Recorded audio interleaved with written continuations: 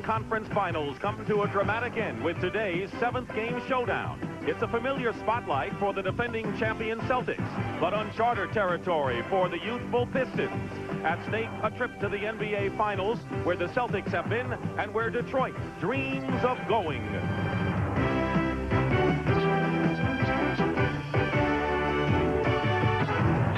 This series will end today, but a trail of memories will linger on. Emotions have run the gamut from sheer exuberance to exhaustion, and at times have boiled over in frustration.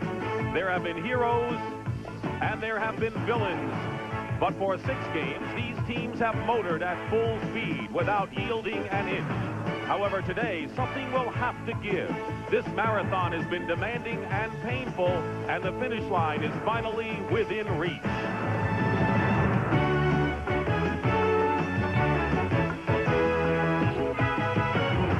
The Lakers are already in the finals, and their road was easy compared to this war in the East. Today, only the fittest will survive.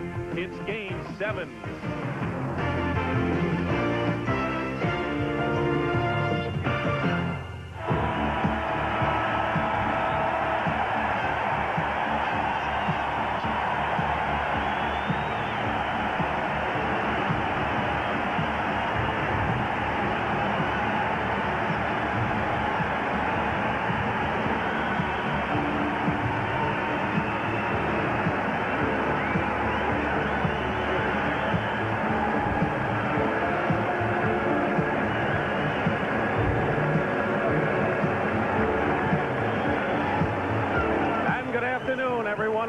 Stockton. A lot of people think that a Game 7 in Boston Garden means a Celtic victory. They have lost us 2 games in the last 85 in this building and have not lost a game to the Detroit Pistons in nearly 5 years. Detroit, though, feels that they have the answer to the Celtics, and so we'll see. My partner, as usual, is Tommy Heinsohn. Tommy, the temperature is 82 degrees and rising. We know it's hot and it's humid in this building. How does it affect both teams today? Dick, I think the Celtics will be affected the most. Casey Jones very reluctant to use his bench. They have an older team than the Pistons. The Pistons have been playing 8 people, have not been used for an awful lot of minutes, and they're a younger ball club. I think that freshness will help the Pistons. And they have to obviously pace the game early. There's no question that pacing the game when in the very beginning of the ball game could help to take the effect, use the heat to the best advantage. All right, Tommy. Robert Parish, who served 1-game suspension, is back in the lineup for the Celtics, and the Pistons will counter with Vinnie Johnson, the microwave, off the bench. It's Game 7, the NBA on CBS. CBS Sports coverage of the 1987 NBA playoffs is sponsored by Miller Lite. For great taste, there's only one light beer. Renault and Jeep, official vehicles of the NBA. And by the American Express card. Don't leave home without it. The crowd is at the highest pitch possible here at Boston Garden as we look at the starting lineup. Robert Parish back in there for Boston with the usual array and the same starting 5 who have played all 6 games previous for Detroit. It is now 84 degrees as we start this game. Darryl Garrettson and Earl Strom are the officials. Hugh Evans is the alternate. And the looks on the players' faces tell you what game this is. And it's going to be Detroit ball on a jump violation. Boston has all the experience. Detroit may have the young legs. And, Tommy, I guess they have to use those young legs early. And consistently to affect a quicker meltdown of the Celtics. One-on-one by Adrian Dantley has been a big factor in their half-court offense. Isiah Thomas, first shot is blocked. Larry Bird, who has exploded the last 2 games with 36 and 35 points. And Dennis Johnson travels, turns it over. But you just talked about Adrian Dantley, who has gotten off to some hot starts in the first half. And right now, the Celtics have not really been able to solve that matchup. He has really confused them. The normal man that defended against them has been Kevin McHale, but with the bad foot, they now put Dennis Johnson on him. And they double with Larry Bird, and the Pistons have been able to move the ball well to get the open man. Missing is Dumars, and we still have no score with nearly a minute gone by. Boston has to get their inside game going and their outside game going. They have not consistently gotten either one in any of those ball games. Dennis Johnson driving and missing, and it's going to be Boston ball.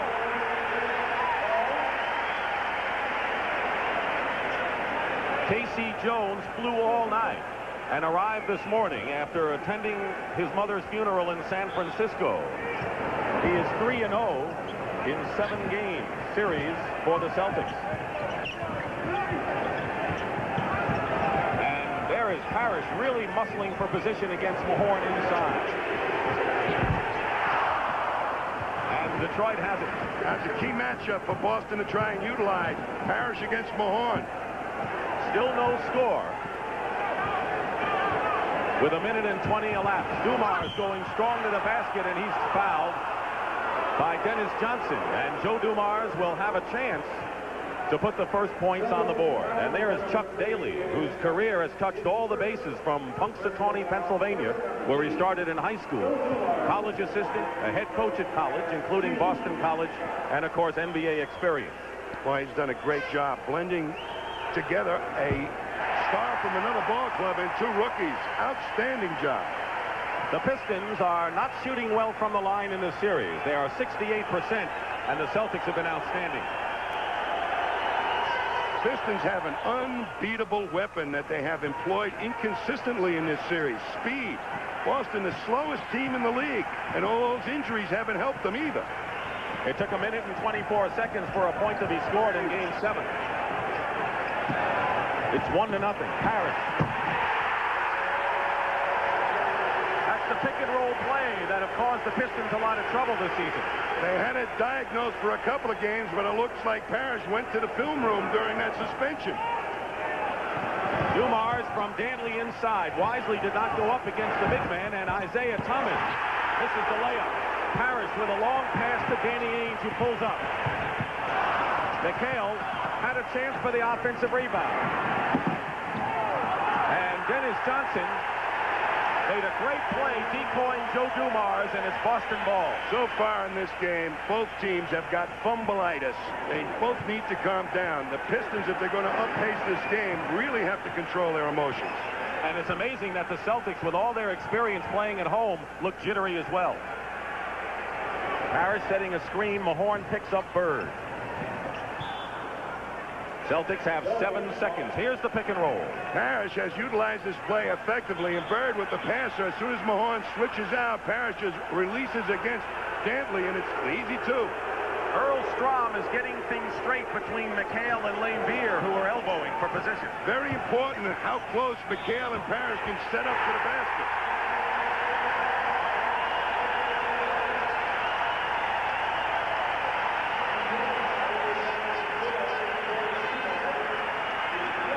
Kevin McHale, sensational effort Thursday night with 23 points, considering the flu that weakened him during the day, and of course the stress fracture and the ankle sprain he's been having. Misses the free throw. The foul was on Dumars, and the score is 4-1 Boston. Now, 7th game on the roll. The goal for a team like Detroit is take the crowd out as quickly as possible. Make the site a neutral court. Dumars silenced them for the moment. And a foul is called against Detroit. Here's a summary of the series thus far. And notice that the big wins were achieved by the Detroit Pistons. The Celtics won the most thrilling game. That was Game 5 by a point. The foul was on Dantley. And McHale hits another one, and it's a 6-3 game. Isiah Thomas, who controls the tempo for this Detroit team. They split the floor general role between Thomas and Vinnie Johnson. Mahorn, this is a finger roll. Celtics are running in the first period. Danny Ainge.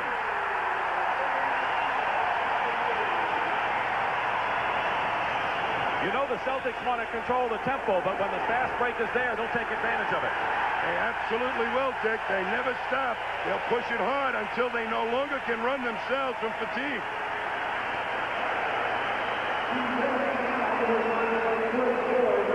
Rick Mahorn committed a foul, and they're calling this game awfully close.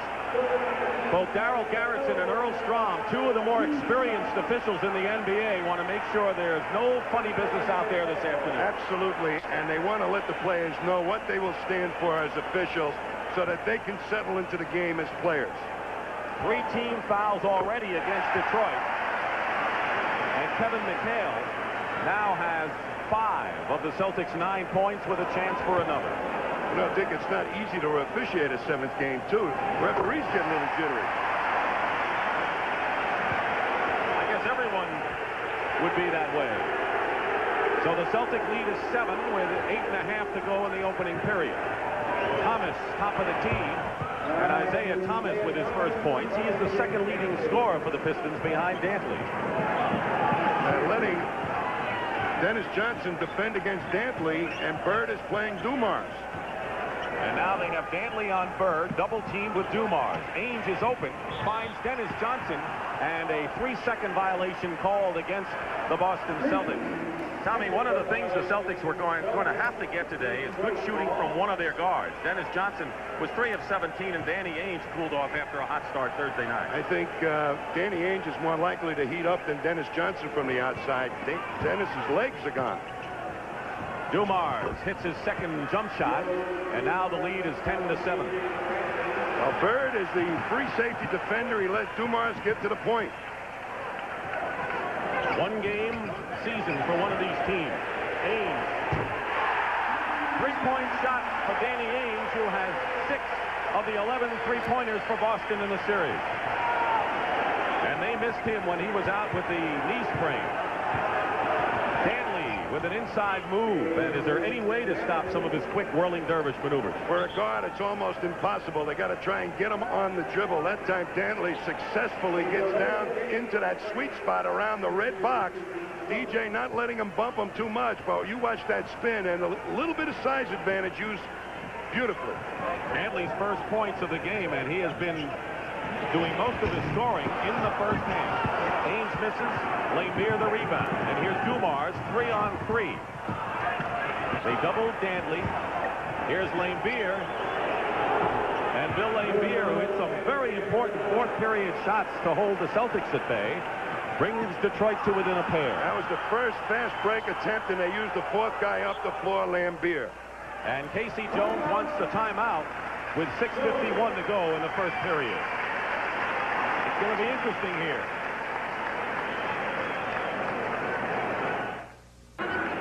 Rob at Parish really does a great job. You'll see him right here, and he'll just break out up the fast break after the rebound.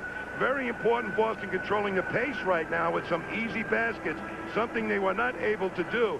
Now, for Robert Parish to be on the front end of a break puts heat on one of the guards to defend against them, and there's Danny Ainge just sliding through nicely to score 2. All right now let's go to Pat O'Brien. All right, thank you, Dick. The paper today says a sizzler, and they mean that more ways than one. I've been to both locker rooms. The Pistons have been practicing for the Heat for a couple of days now, learning about dehydration, how to take water, salt tablets, and that sort of thing. Over here in the Boston Celtic locker room, they have extra uniforms for all the players if they want to change at halftime. Just a final note on that. Larry Bird told me his air conditioning went out at home. I said, "You get it fixed?" He said, "No, I'm going to get it fixed next week while I'm in L.A." He's confident. Let's go back to Dick. All right, Pat, isn't he always? And, of course, here's a guy who's taken over as the big scorer. His field goal percentage has risen dramatically in the last 3 games. He's really hitting the shots now. The home court has prevailed in every game in this series.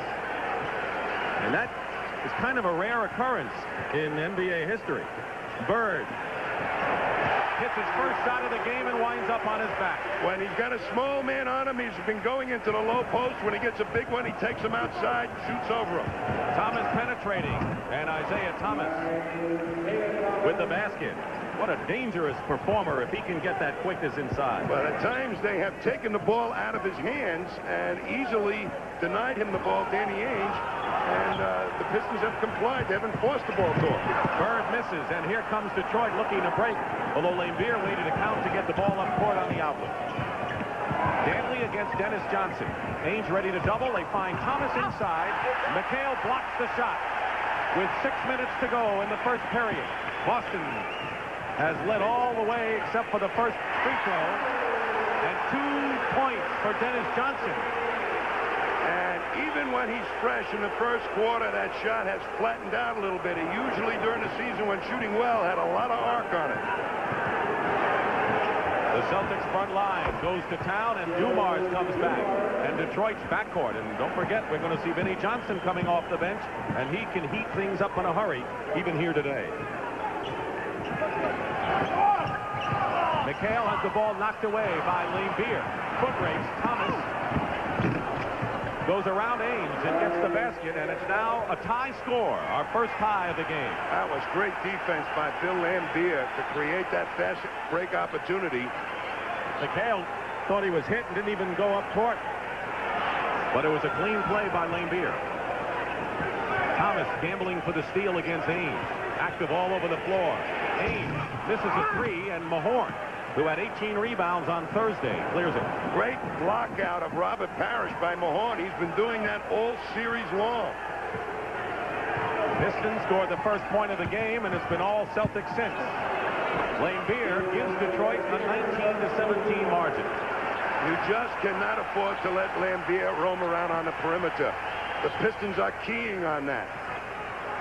And Laimbeer said, I've got to hold the Celtics to under 10 offensive rebounds.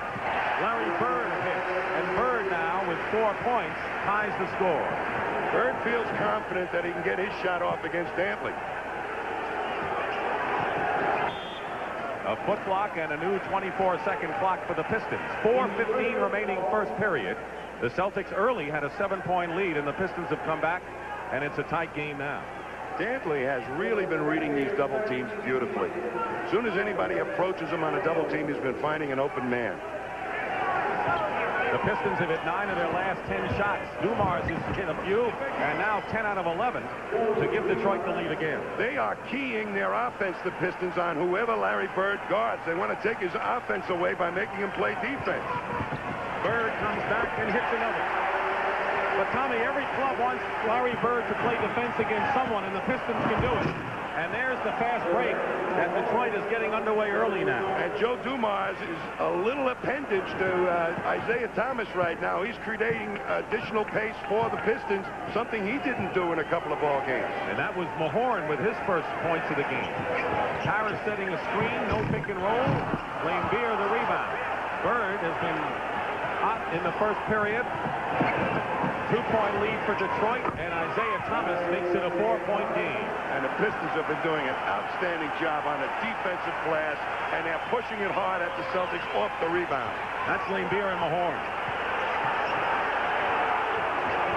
Dennis Johnson and Mahorn and Dantley. 2 Pistons fight for it. Out of bounds, Celtics ball. One of the problems for Boston is that Kevin McHale and Robert Parish, with their bad feet, can't get to the sweet spot in that low post.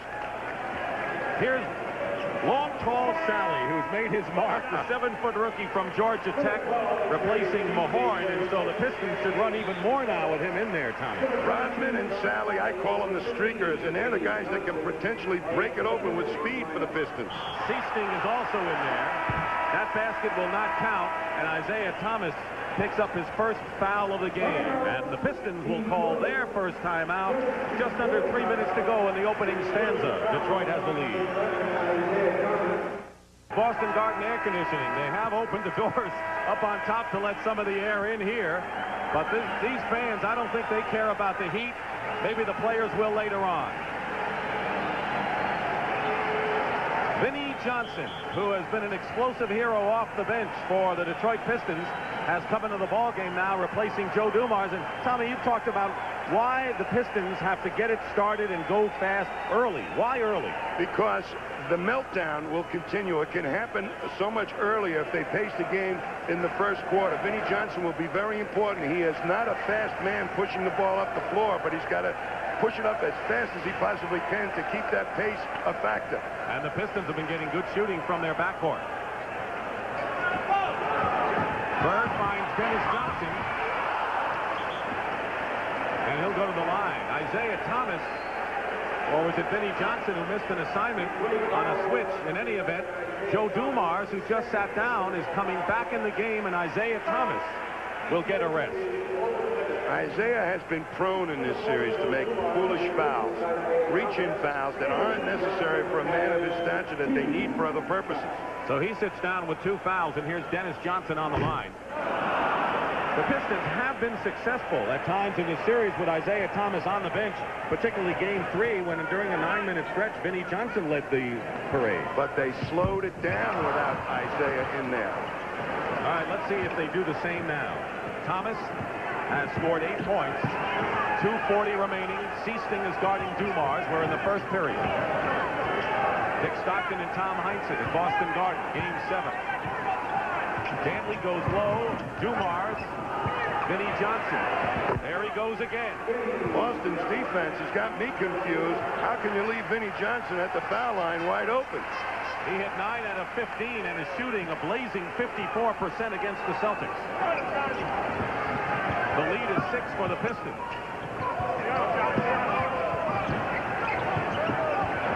Dantley is on Bird. That's a matchup the Celtics would like to take advantage of. Dennis Johnson misses, and Bird gets the rebound. 2 minutes to go in the period, and Bird gets the basket and will go to the line. He'll fight for everything today, as he does in every game. He's got to have a good percentage shooting afternoon, because any misses will create rebound opportunities for the Pistons to start fast break opportunities. And he's been really working triply hard the last couple of games. John Sally with his first foul. The Pistons are in the penalty. The Celtics have committed only 1 team foul with under 2 minutes to play, and Detroit leading by 3. Off the screen is Vinnie Johnson, but Bird fights through it. And it's over the top to Vinnie Johnson. This is his second attempt, and the Celtics can come within 1. They've changed their defense a little bit with Vinnie Johnson coming off picks, the Celtics. They're making automatic switches. They're just going out there to get at him quickly. Boston led by 7. Detroit came back to take a 4-point lead, and another big defensive play by Laimbeer. Knocked the pass in. Dantley on Bird. And an illegal defense has been called against the Boston Celtics. That'll be their first. Second time, of course, will be a technical. Watch Larry Bird at the top of that stack there. Just jump out at Vinnie Johnson before he can get the shot and go up with it. That's a new adjustment for the Celtics. Creates a little bit of a problem for Vinnie. And Dantley misses, and Sally gets the offensive rebound as the Celtics just stood around and watched. He, with those young, quick, jumping legs, heads right to the glass when anybody goes to double one of the Pistons. Under a minute to go in the first period. Detroit by 5. Bird to Parish all alone, and Laimbeer ties him up. Bill Laimbeer ties up Robert Parish, and so we will have a head-to-head confrontation with the two who were involved in Game 5 when Parish hammered Laimbeer, wasn't thrown out of the game, but then was suspended and fined following that game. Celtics. It's hot and humid in here. Bird has it stripped away by Dantley. The Pistons have made 4 sensational quick hand moves. And Dantley from Vinnie Johnson. And it's 31-24 and the biggest lead for the Pistons. Well, Adrian Dantley has played all these minutes under hot conditions, and he's getting on the front end of the fast break. That's hustle. 25 seconds, 13 on the shot clock. Bird misses, and here's Vinnie Johnson. It's a 4-on-3, and the Celtics get back, and they're going to play now for the last shot of the period. This has been an outstanding quarter for the Pistons so far. They've done exactly what it needed to be done to beat Boston in the 7th game. Laimbeer is off the mark. McHale with 2 seconds to go, and that'll do it. Well, in Game 5, after one quarter, the Celtics led by 9. But today, in the only game that counts, it's Detroit 31, Boston 24. Dick Stockton and Tom Heinsohn, after one period of play, the Detroit Pistons, who have scored a lot in this series, have 31. They have outscored the Celtics on the break. Bird has kept the Celtics in the game, but the Detroit Pistons have paced the game. And another thing, and that is the position in the low post. You talked about how important it is for the Celtics to do well inside. The sweet spot right over the red box is important for Boston, and you're going to watch Bill Laimbeer just nudge Kevin McHale out as much as possible. But now you're going to see big block by Adrian Dantley. Why that low post position is so important for Boston is that the further up the Pistons push one of the big people of the Celtics, the easier it is for the guards to double team, and the more difficult it is for Kevin McHale to spin into the hoop for those good moves he had around the middle of the season. Isiah Thomas, who went to the bench with 2 personal fouls, is still on the bench as the Pistons come out with Sally, Mahorn, Vinnie Johnson, Dumars, and Dennis Rodman, the other rookie. And the Celtics have Seasting and Dennis Johnson in the backcourt with Parish, Bird, and Darren Day in the ball game for the Celtics. And as you know, the NBA Finals start Tuesday night, 9 o'clock Eastern from the Forum. This is the speed unit in there for the Pistons right now. Boston is trying to counter with their speed unit with Darren Day. Bird fall away, gets the roll, and Larry Bird has 11 points. He is the leading scorer in the game. Joe Dumars led the Pistons in the first period with 9. So Darren Day is in there, and he's guarding Rodman. Out of Southeast Oklahoma State, a good-looking rookie who has good legs. And Darryl Garrettson has called the foul against Jerry Seasting of the Celtics. Seasting is trying to make Dumars slow the advance of the ball up, to take time off the clock, to destroy the rhythm of pace in the heads of the Pistons. The lead is 5 for Detroit. Dennis Johnson is all over Vinnie Johnson. Mahorn setting a screen. Great switch by Bird. He might have poked Vinnie Johnson in the eye. Misses the jumper. Larry Bird made all that happen for the Celtics defensively. Bird maybe can get at Vinnie Johnson's shot because Vinnie's a good leaper. Darren Day, who has come alive as a contributor for the Celtics in this series. Look how far out Robert Parish has received the ball. They have 6 on the shot clock. Celtics trying to manufacture something, and Dennis Johnson travels, and once again, they move the big men out. Helping out for Dennis Johnson, who's had trouble watching Vinnie Johnson on any kind of pick and roll, and Bird, the consummate team player, gets right in there to give Vinnie Johnson trouble. Sally is up high setting a screen. Bird is ready to switch off. Seasting stays with Dumars. Out of a screen is Mahorn. Rodman gets the offensive rebound, and it'll be a Boston Celtic foul in the act of shooting. And the foul is against Dennis Johnson, his second personal, as Kevin McHale checks back and Robert Parish goes to the bench. How Kevin McHale played that game the other night is beyond me. He had 3 soda crackers and a can of 7-Up. And to play that many minutes with that, wow. Every time he wakes up these days, he's got a throbbing pain in the ankle. And you're just talking about his intestinal problem. Vinnie Johnson, who's pretty physical guard, got a little overzealous on the offensive end. So the Celtics have it now, trailing by 5. Bird. And Rodman taps it out to Seasting. Bird with an up fake on Mahorn. And taken down hard.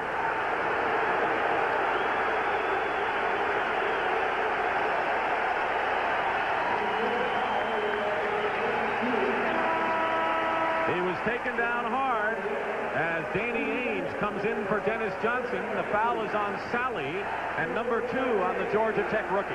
Well, don't get excited, Dick. That was a normal kind of takedown on a drive. And we're going to see Bird now just up fake Mahorn, take it to the hoop. Sally makes an adjustment, but does try to go after the ball and just kind of knocks him as he lost his balance. If Larry Bird doesn't get excited, I won't get excited. I'm sure you should. Because he just jumped right up and he said, hey, that's the normal play. Larry Bird has missed just 3 free throws in the series. He's got 13 points in this game.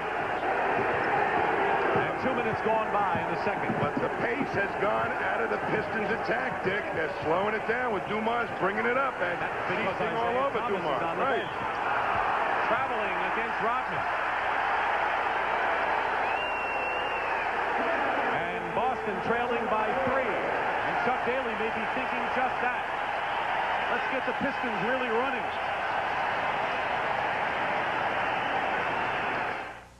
Yeah, sports. We will rock you. We will rock you. We're back here early in the second period, and the Detroit Pistons, who are up by 7, are leading by 3. Tommy, you talked about the Pistons running game.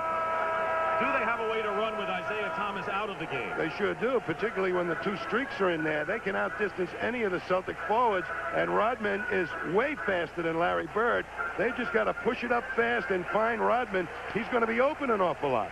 Larry Bird, by the way, has scored the Celtics' last 9 points in the game, so he has come out in a big way. He's been their leading scorer in the series, has 13 right now, and the Celtics looking to cut it to 1.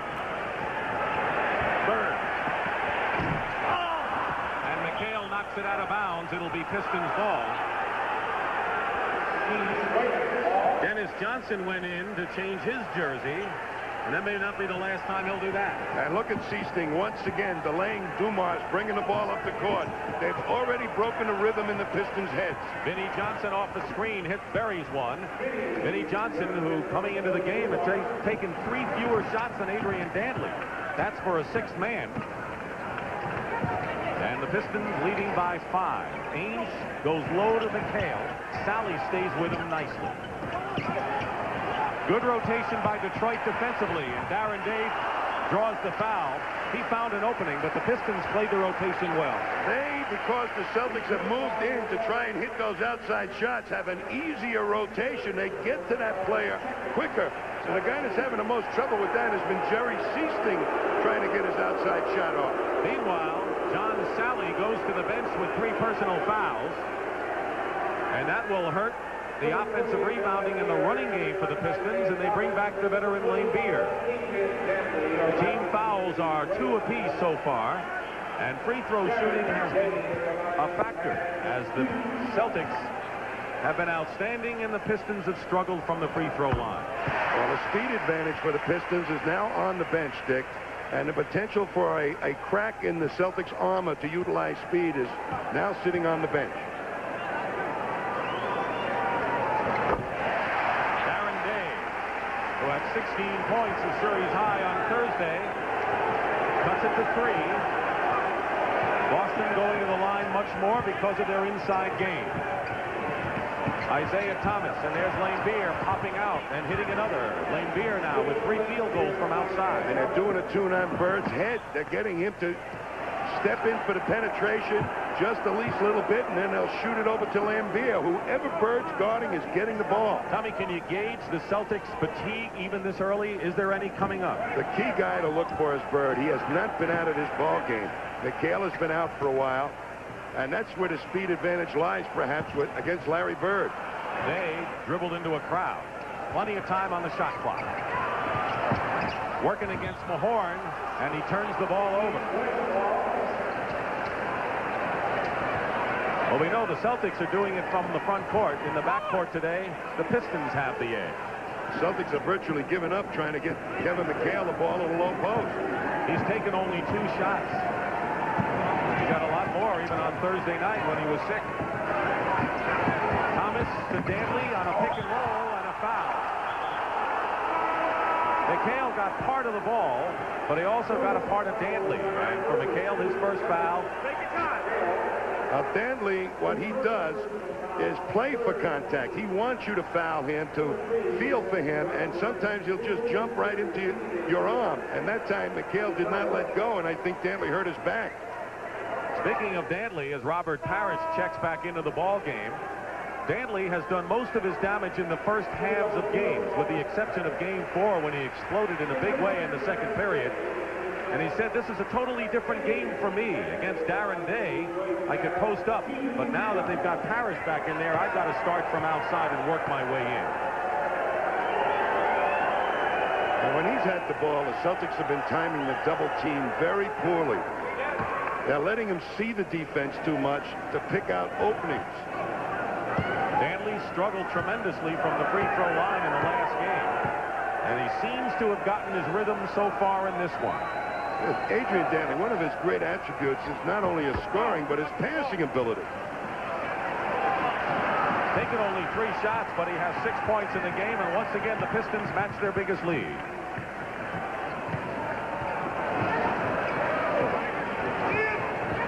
Bird is yet to come out of the game.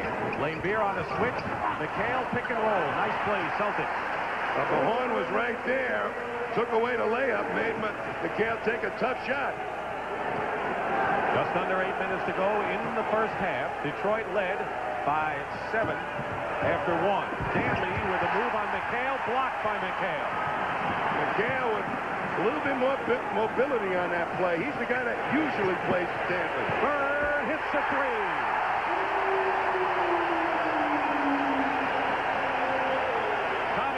Bird is 3 for 13. Normally that's a dagger to the opposition. He has not connected on 3-point shots coming in here, but that was a big one in this first half. Brings the Celtics within 2, and Danny Ainge with his first personal foul. And the Celtics with 4 team fouls. Next one, they'll be in the penalty. Ainge has got a tough job with a knee that was giving him problems to try and contain Isiah Thomas right now. Should he want to penetrate? Dennis Johnson staying with Vinnie Johnson, who shoots it anyway and hits anyway. Chuck Daly said, you should see Vinnie get mad in practice. He never misses. I wonder if that last time out, Chuck didn't smack him in the mouth. Yeah, he says, you know, I ought to try to get him mad in a game. Vinnie Johnson, he says, told me his time is limited. He says, I got to get it going soon because if I miss some shots, out I come. They're not taking him out so soon. Pistons by 4. Winding down to 7 minutes to go in the half. Double on Bird. McHale, good feed from Bird. Mahorn the rebound. Outlets nicely to Vinnie Johnson. 3-on-2 break to Dantley, who's fouled by Larry Bird. That was just a great play by Larry Bird. I don't think there was a foul there. Absolutely fantastic. One man defending 3.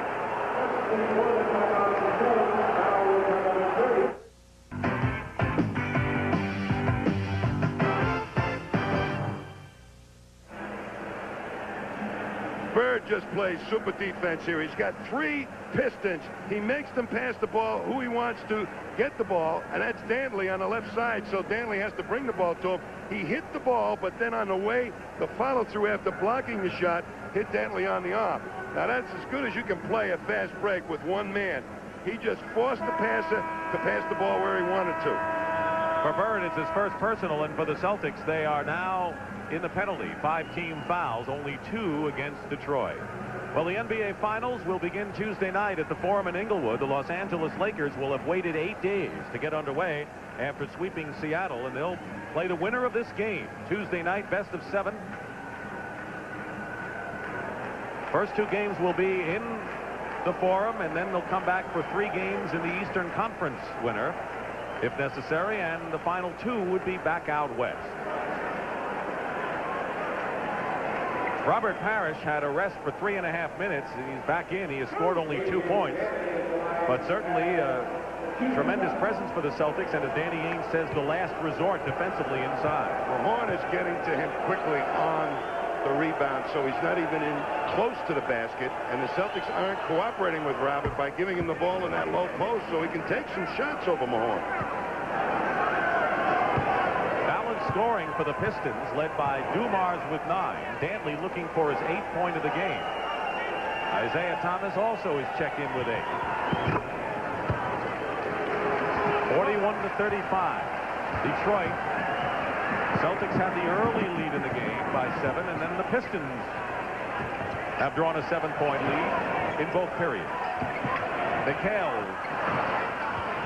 and nearly lost it, and Johnson saved it. Rodman, or Thomas, gets it over to Dantley. Dantley wants Thomas to clear out. Isiah with a fake and a swooping play, and here comes the Celtics. Danny Ainge all the way in. Danny Ainge has 7 points, and he's giving the Celtics what speed that they've lacked. They had 2 defenders back there to cover Danny Ainge, and he still found a way. 41-37, Pistons by 4. Their lead has fluctuated from 2 to 7. Vinnie Johnson misses and Parish rebounds. Under 6 minutes to play in the first half. This is game 7. The winner goes on, the loser goes home. And there's the fight at the top of your screen. And right now, Parish inside. Robert Parish shooting over Mahorn. The Celtics will get the ball to Parish if Mahorn is on him. Mahorn is too small to guard Robert Parish. Mahorn's only hope is to muscle him out of the lane. It's a 2-point game. Vinnie Johnson misses, and a loose ball foul has been called against Detroit. It is only their 3rd team foul. And the foul is against Rick Mahorn. That is his 2nd personal foul.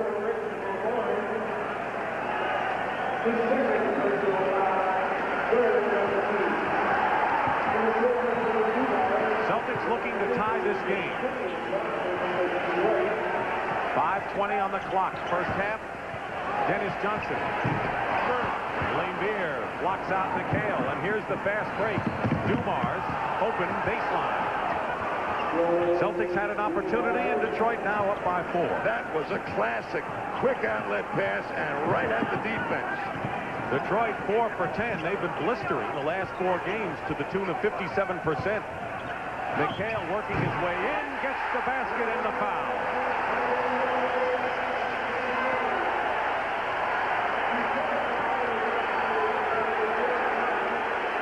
And that'll be Isiah Thomas, his 3rd personal foul. As McHale is close to the sweet spot as possible, now he rolls into the middle, and there's Isiah backing away. I don't know, that might have been a non-call. McHale misses the free throw, but the Pistons have 2 players, Isiah Thomas and John Sally, burdened with 3 personals and 4:45 to go in the half. 43-41 Detroit, isolating against Dennis Johnson. Dantley doubled. Dumars. Laimbeer has the ball knocked away. Thomas misses. Mahorn and Dennis Johnson fight it out of bounds. Detroit ball. Earl Strong right there to make the call. When the Celtics start doubling the Pistons, what happens is all the Piston big men go immediately to the glass, and guards end up having to block out Mahorn or Laimbeer. That's too tough a job. Dennis Rodman replaces Isiah Thomas, who goes out with 3 personal fouls. So a big team is in there for Detroit as Dantley travels. Larry Bird made that happen. But Bird's playing a fantastic defensive first half here. You got to do a tune on Adrian Dantley's head. Don't let him know when the double is happening all the time. Vary the rhythm of it. Dennis Rodman is playing a guard position right now. Parish. And a loose ball foul called against Kevin McHale of the Celtics. And the Pistons will shoot the other way. Here you're going to see the double team now by Bird, who just stepped in as Adrian had his eye on the basket. That's what caused the walking violation. Tommy, this is the first time that we have seen the Pistons use a lineup that has really only one natural guard in there, and Joe Dumars. They do not have Vinnie Johnson or Isiah Thomas in there with them. Now that's very important, because now it's going to definitely slow down to a half-court game. And that is not good for the real strategy that Chuck Daly counted on. Running these guys. Now Sally could help with the speed, so could, well, Rodman's in there now.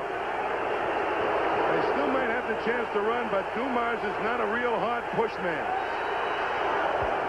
1 out of 2 for Laimbeer. The lead is 3 for the Pistons. Detroit led by 7 after 1 period of play. Game 5, a game in which the Pistons had in their back pockets before Larry Bird stole it away. Celtics led by 9 after 1. Dennis Johnson in good defense there. Parish follows up. Rodman stopped DJ once. Parish with the offensive opportunity. But the penetration made Mahorn take his eye off Parish. That's how Parish got the rebound. Detroit's lead is cut to 1 now. intercepted by Ames. Pistons wanted a foul. None forthcoming. Celtics can take the lead, and you'll know it.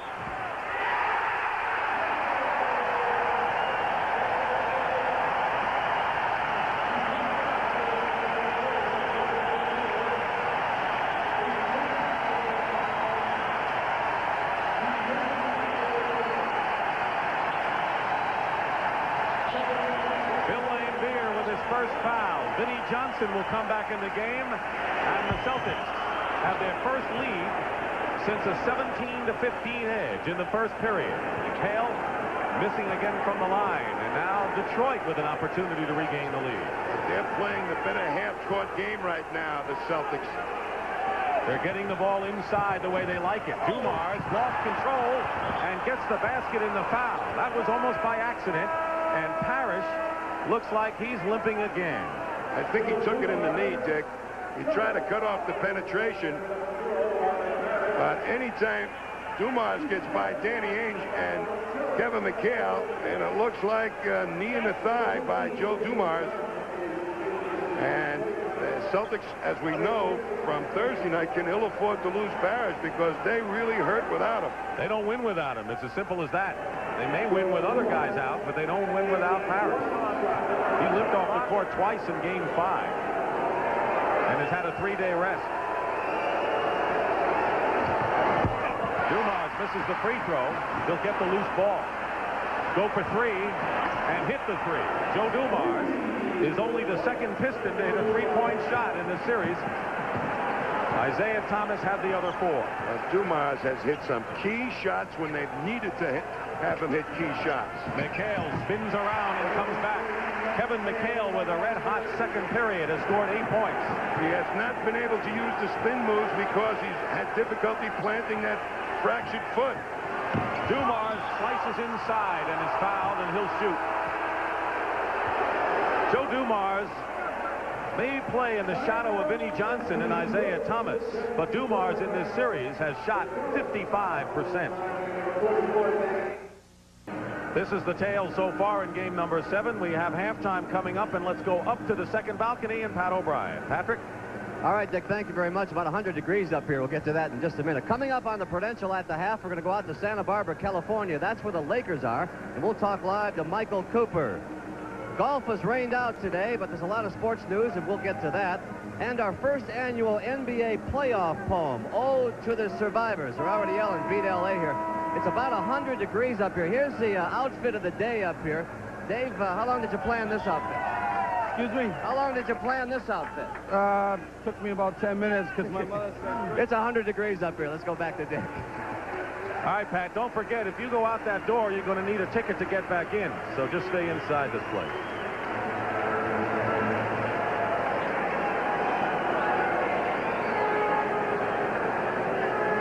Tommy with the decision to put Dennis Johnson on Adrian Dantley. That opened up another area for the Pistons. Well, they alertly stopped going to Adrian Dantley, and they elected to go at whoever was guarding Joe Dumars. That happens to be either Larry Bird or Kevin McHale. And Dumars, a guard with the quick feet and a good dribble, ought to be able to beat either one of them one-on-one. Dumars, believe it or not, is shooting over 50% in Boston Garden coming into this game, and he is 7 for 9 from the field. He now has 17 points. So the quiet man from McNeese State in Louisiana making his presence felt in a clutch game first half. Well, that's the flip side of Dennis Johnson playing Adrian Dantley, turning Dumars loose. 1 out of 2 for Dumars. It's 50-47. Detroit, 2.5 to play. Dennis Johnson is only 1 for 6 shooting. He has really been in a shooting slump. 4 for 23 the last 2 games. The Pistons have put a torture test on Dennis Johnson. They've worked him up in the backcourt, really made him spend his stamina more bringing the ball up than shooting the ball. Dantley with his second foul, and of course everything from here on in this first half is a shooting situation. And it'll be Larry Bird on the line. Bird is 3 for 3 today. So that makes it 40 out of 43 in the series at the line for Bird.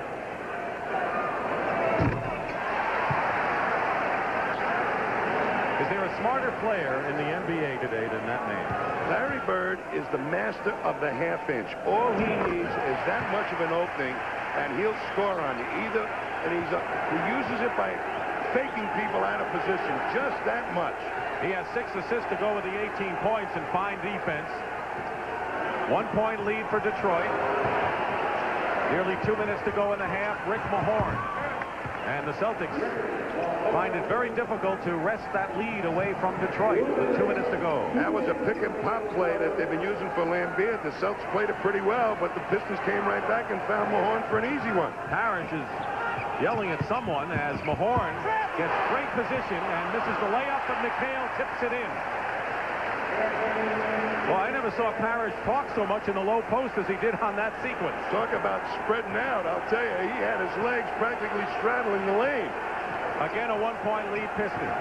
A minute and a half remaining. Dumars, red hot, hits another one. And Joe Dumars has 19 first-half points. Remember the game he played against the Lakers when out in the Silverdome in his rookie season? He just burned the Lakers, and he looks like he's heating up today. Again, the lead 3. Ainge, of course, can erase that in a hurry. So can Bird. Dennis Johnson still struggling. Laimbeer outlet to Dumars. Bird is back defensively. Dumars lays it in. But Larry Bird got back in a hurry. Under a minute to go. Great outlet pass by the Pistons to get that speed in action. And Dantley really helped out by running hard. Mahorn and Parish fighting for position inside.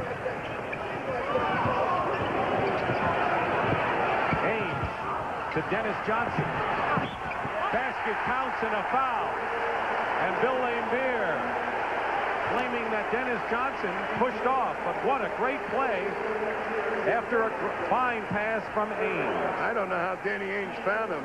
Dennis Johnson was on the opposite side of the court, just slipped in the lane.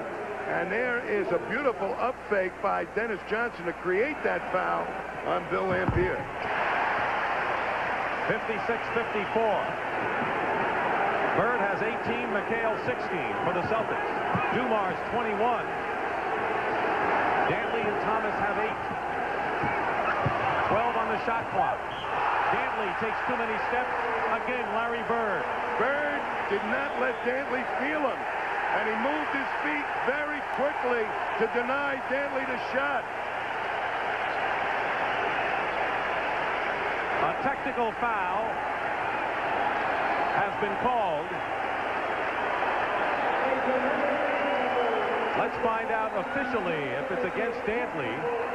Bird will take the shot.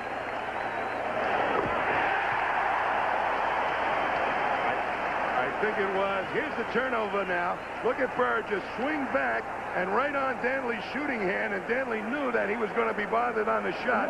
He walked instead of releasing the ball. And there was a second delay of game warning. That's what did it. It wasn't Dantley himself getting the technical, arguing with Earl Strom. It was the second delay of game warning. He wouldn't give the ball to the official. When you turn it over, you got to give it to him.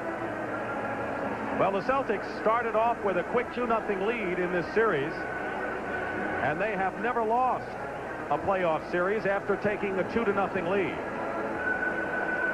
But it's come down to one game.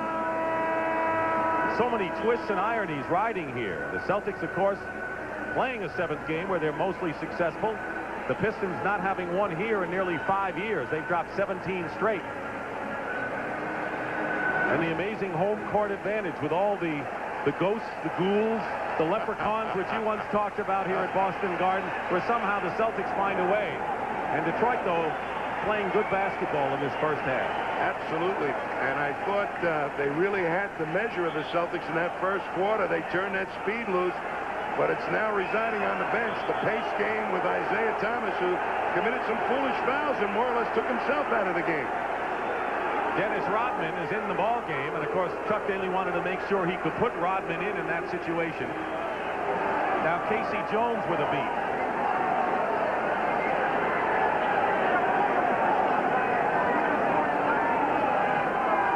It has to do with the 22nd timeout. Dantley is on the bench.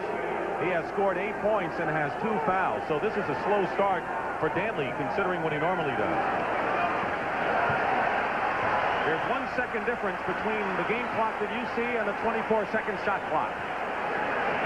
And the Celtics will look to take the lead before halftime ends.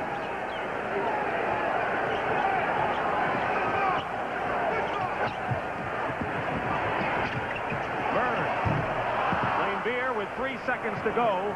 Vinnie Johnson fires it up at the buzzer and nearly hit. You'd expect this from a Game 7. That's the end of the first half with the score. The Pistons 56, the Celtics 55. Pat O'Brien will be back with the Prudential at the half after this message. And retaped, and yeah, he's injured. But this is 7th game, so he's got to be. Life goes on with this team, doesn't it? All right, Casey, thank you. Let's go back to Dick. This has got to be the gamest professional team in a very tough sport that I have seen since I've started watching sports. And Tommy, you've been part of it. I don't remember a club that has hung in there despite all these debilitating injuries and pressure. And here they are. They survived a 7-game series against Milwaukee miraculously. And here they are again. Not to say that they're going to win this game, but the fact is that it's so tough to repeat as champions. And they've really gone the 100 miles here. You're looking at scoring and rebounds, and notice Bird has only 1 rebound in the first half. For the Detroit Pistons, their leading scorer is Joe Dumars. Larry Bird, only 1 rebound. I think what he's been doing is getting back on defense to protect against the fast break, as we saw that one time in the replay, and also going more to the outside game, so he's not near the boards for the offensive rebound.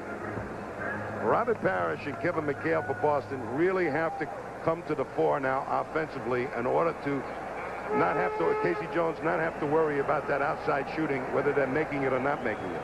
As far as the Celtics, who have really gone with a basic 5-man team all year, they have done it in a dramatic way in this game.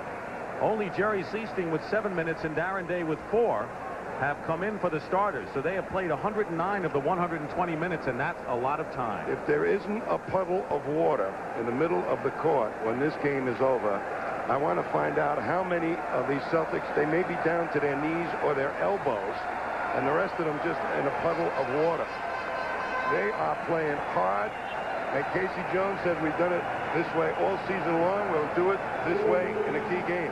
And it won't mean anything. There won't be any asterisk if the Detroit Pistons end up winning the NBA Eastern Conference Finals as we start the 3rd period. Dumars is on Johnson. Isiah Thomas is guarding Ames. The horn on Parish. They go to Bird, covered by Dantley. McHale gets the offensive rebound and scores. Mahorn just turned McHale loose. That was a big shot by McHale. And winding up on the ground is Thomas as he missed. And here's Ames putting on the burners again. And Dumars slows it down. Celtics lead by 1. And Isiah came out of the locker room ready to take it to the hoop. Boston 57-56 over Detroit. Bird will go to the line as the left-handed drive didn't go in. Big point for this game in the second half is Boston's ability to offensive rebound. Laimbeer did not put a body on McHale, and with those long arms, he'll out-rebound Laimbeer. Adrian Dantley picks up his 3rd personal foul, so Dantley, Thomas, and Sally all have 3 fouls for the Pistons. The Celtics don't have any player with 3 fouls in this game. They've taken their defensive scheme off of Larry Bird. They didn't double him that time to help Dantley out. 21 for Bird. Celtics by 3.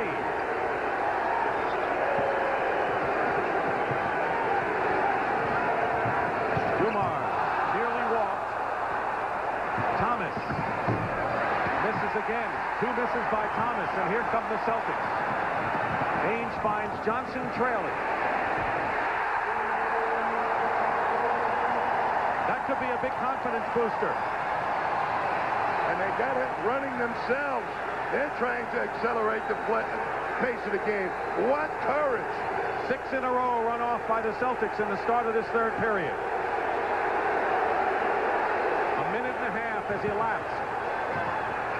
Dantley ends the string, and Adrian is only in double figures now with 10. Dantley is on Bird. See that hard push of the ball by Dennis Johnson? That'll put the heat on the Pistons defense a little bit. Laimbeer picks up Bird. Parish against Dantley with a lot of inches, and Laimbeer makes a fine block from behind. Another fine play by Laimbeer. Dantley again from outside, misses this time. And the Celtic lead is 3. Celtics couldn't outlet the ball. They'll give it to Dennis Johnson and let it slow it down and try and get it inside. And a foul inside against Detroit.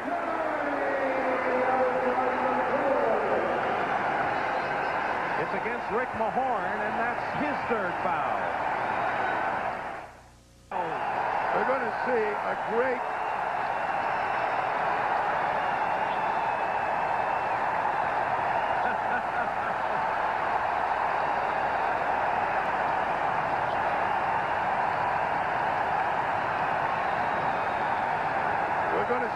fast break by Kevin McHale. Guts and all with the bad foot. Head up the court after the rebound. Dennis Johnson is going to end up with the shot.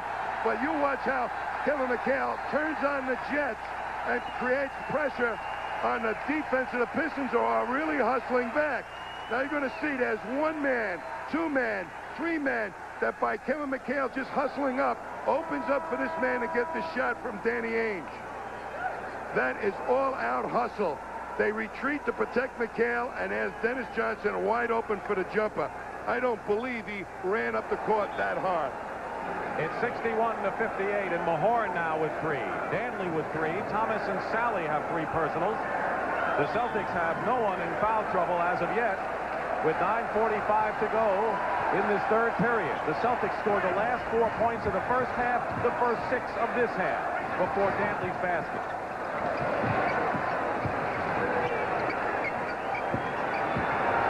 Dennis Johnson, and he's called for the offensive foul, and that's 3 on Dennis Johnson. He's the first Celtic to pick up his 3rd. I'm surprised the Celtics are not getting the ball more to Robert Parish in that low post, unless his ankle is really bothering. That may be. Isiah Thomas trying to get things started. Dumars with a great first half. Dantley against McHale. Adrian Dantley has scored both Piston baskets here in this 3rd period. What a move that time by Adrian Dantley. Kevin McHale thought he had him measured. Dantley went to the line 4 times in the first half. Dennis Johnson misses. Mahorn the rebound. Missed outside shots will translate into things like this. Hard pushes. After long rebounds, and Isiah Thomas, fouled by Danny Ainge, will go to the line, and Earl Strom is giving Danny Ainge more than Ainge gave him. 3 on Ainge, though, so the starting guards for the Celtics, each with 3. Their outside shooting, as the game goes along, has deteriorated probably the last 1/3 of the season because of the minutes that they've played. That's the first thing that goes, is your outside shooting if you get tired. Speaking of outside shooting, Isiah Thomas is cold so far, 4 of 11. But he spent an awful lot of time on the bench. And they're going to call Laimbeer with a foul, lane violation. Bill Laimbeer angry after the lane violation. On the right of your screen, you watch Laimbeer just come in and as saying no. He bumped him. He gave him a foot fake. Now Parish is limping. He is limping, and he's yelling something over to Casey Jones. We're tied at 61 with 8:35 remaining 3rd. Bird and Dantley. 3 on the shot clock. 1. They don't get it off in time. No basket. The 24-second clock expired. Ainge's shot came after the clock expired. Too much time in the backcourt. Too much time deciding what play to run. The Pistons, meanwhile, have scored 5 in a row to quiet the crowd, and they're looking to regain the lead in this 7th game. And Dantley short off the front rim. 4 minutes elapsed. 3rd period. Thomas got a hand on the pass. Boy, he almost picked it off. Ainge misses a 3, and Laimbeer with 9 rebounds. That's not the thing to do. Take that outside shot then. And it's last touched by the Celtics. Detroit ball. They're at Boston Garden for Game 7 of the Eastern Conference Final, and down to 1 game to decide it all. Dumars misses, and we have a tie with 7:40 to play in the 3rd period. No inside play by either team right now. Both teams relegated to outside shooting, and they're both a little tired, I think, from this heat.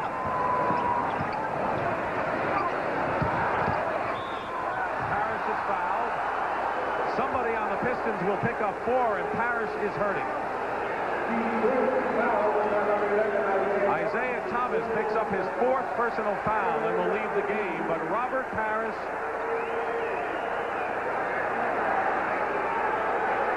I don't know how much more can they re-aggravate that ankle. You know, when you sprain it once and all those ligaments are ripped off, what really happens after a couple of days, it heals a little bit, and you're going to watch Parish now on a low post, and he tries to spin in. That's what the Celtics should be doing a little bit more, but he lost his balance completely, and a little twist sure hurts. Tommy, Isiah Thomas has remained in the game. He went over to the Piston bench, and Chuck Daly kept him in the ball game with 4. I think that's a good move. Now, he's got to tell Isiah to calm down. Don't go for the bad steals.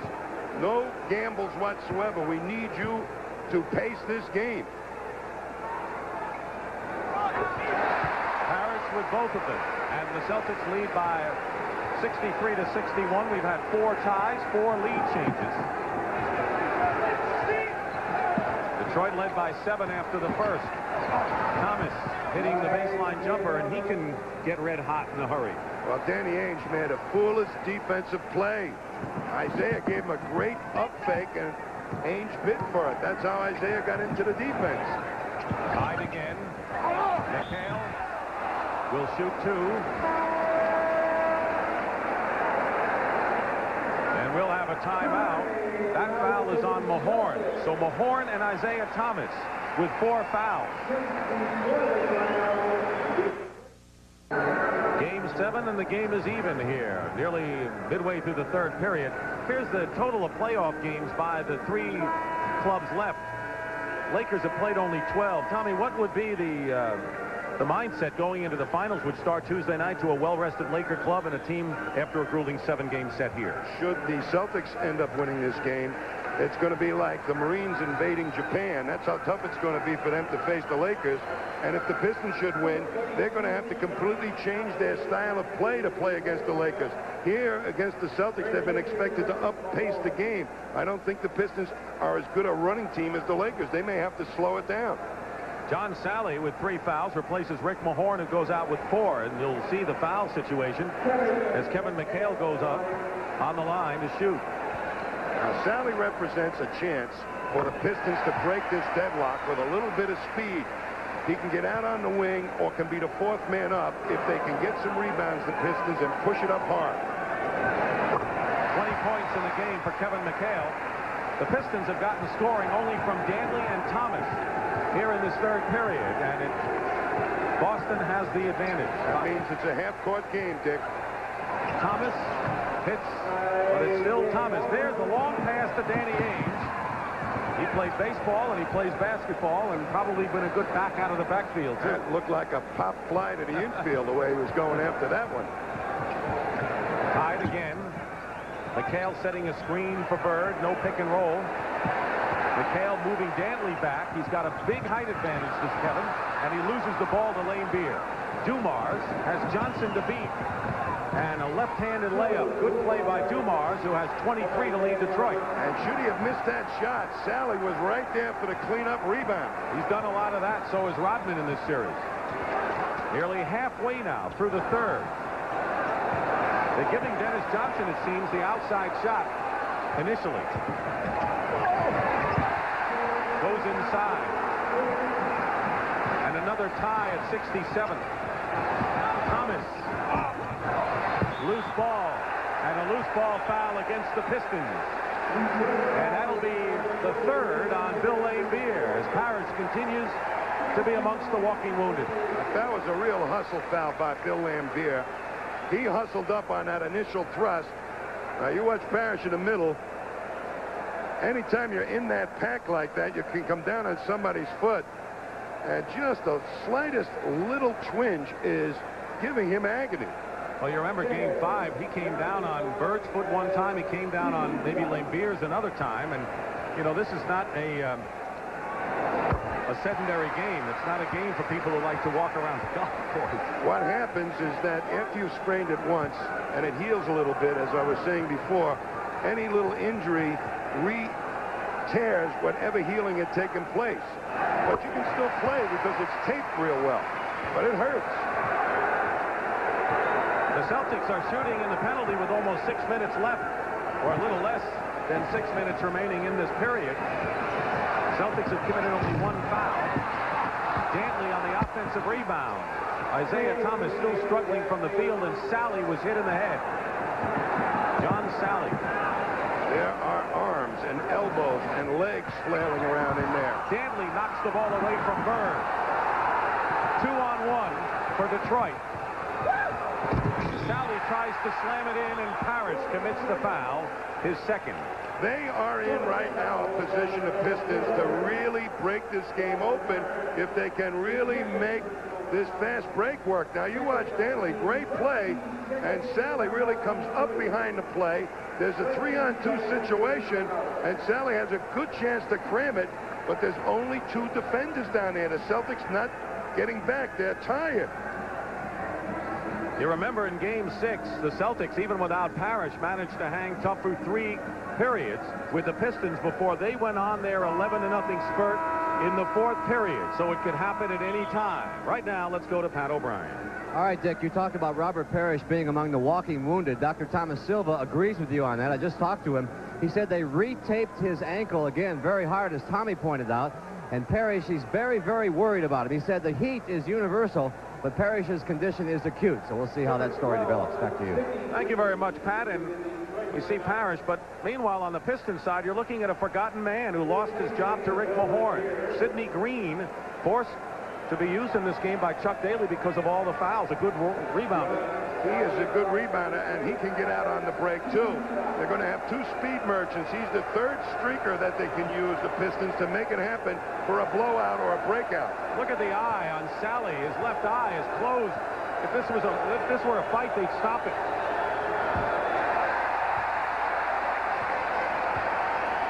Well, he's pretty gutsy. Well, he's opened it up now. Yeah. You know, he is the team comic. He's about as personable young man to come into the league as we've seen in recent years. Chuck Daly loves him. He said he gives real atmosphere to our practices. It's 1. Detroit leading by 1. There's the time remaining. 3rd period.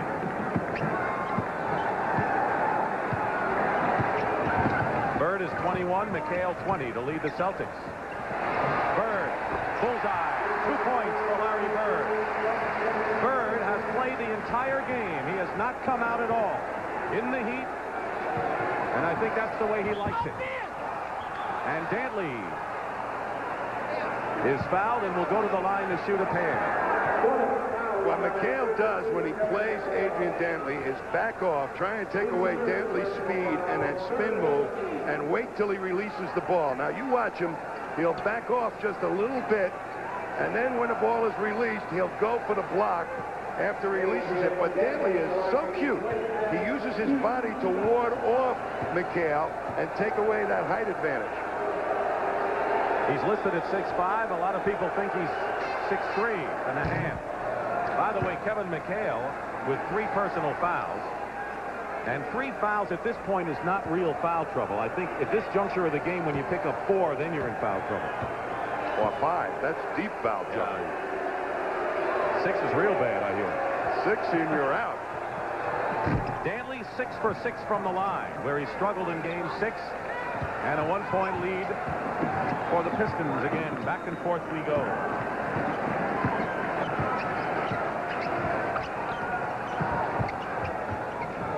Bird gets it by Dantley, and a runner scores. What a tough shot as the Pistons played beautiful defense that time, but Bird went right into the teeth of it for the shot. He's got 25, and there's Dantley going into the teeth of the Celtic defense. Sally goes up, and a foul.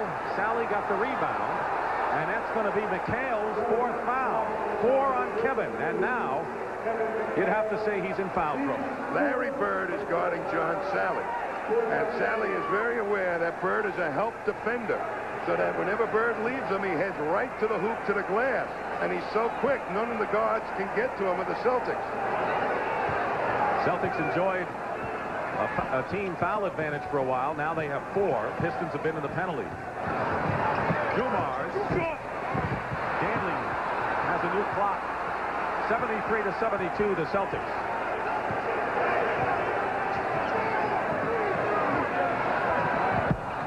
Dumars and Parish gets the rebound. And the Celtics, with under 4 minutes to go in the third, will try to open it up to 3. Celtics changed their defense that time. They had Bird guarding Adrian Dantley. And Bird uses the glass. 27 for Bird. Looking like he wants to take charge here. Thomas. And McHale gets the outlet to Ames, who's in no hurry. Green just overleaped that rebound and left McHale to just pick it off. Celtics can make it a 5-point lead, and they do. Ames.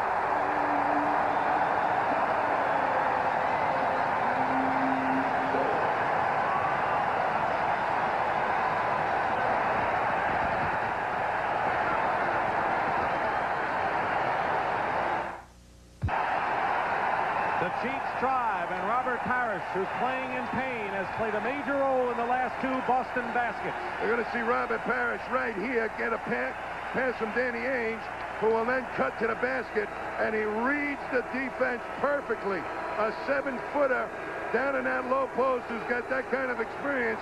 He just lifts up and waits Danny Ainge to clear for the easy 2. Now here's Parish picking for Larry Bird. Sticks out the big 0-0, and out comes Bird, gets the ball into the defense, and with that balance, gets the necessary 2. Those are the numbers for injured Robert Parish. Meanwhile, the Detroit Pistons have brought in Vinnie Johnson to try to get things cooking. He is 3 of 8 from the field and has scored 6 points. So Vinnie Johnson is in the ball game now, along with Dumars, Laimbeer, Dantley, and Sally. 5-point lead as the Celtics have scored 6 straight points. They get it into Dantley. Batted out of bounds. Detroit ball with 7 on the clock, and Chuck Daly can't believe there was no foul on that play. Well, Dantley just hedged for people to jump into and create contact. I thought that was a very discreet call by Darren Day is in, and McHale goes out to this hand and 4 personals and 20 points. I don't believe this man is still walking around. 8 of 9 from the field. Sally misses. Under 3 minutes to go in the third, and the Celtics can open up a 7-point lead, which would match their lead early in this game. They've scored 6 in a row. It's been half-court offense against half-court offense. Boston executes normally a lot better.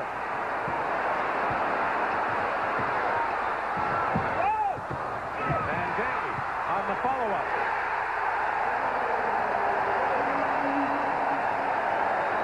Robert Parish is really limping. I mean limping in a big way. Dumars comes back and hits. Tommy, the observation is so true that if the Pistons are going to try to win a half-court game in the Celtics in the 4th period, they got the short end of the stick. That's my personal belief. They've got 2 people, big people, who are the normal guys you break down in a fast-break offense, who are slow to begin with and now have bad feet, can't get up and down the court. And Bill Walton gets off the bench, Tommy. Bill Walton is going to come in.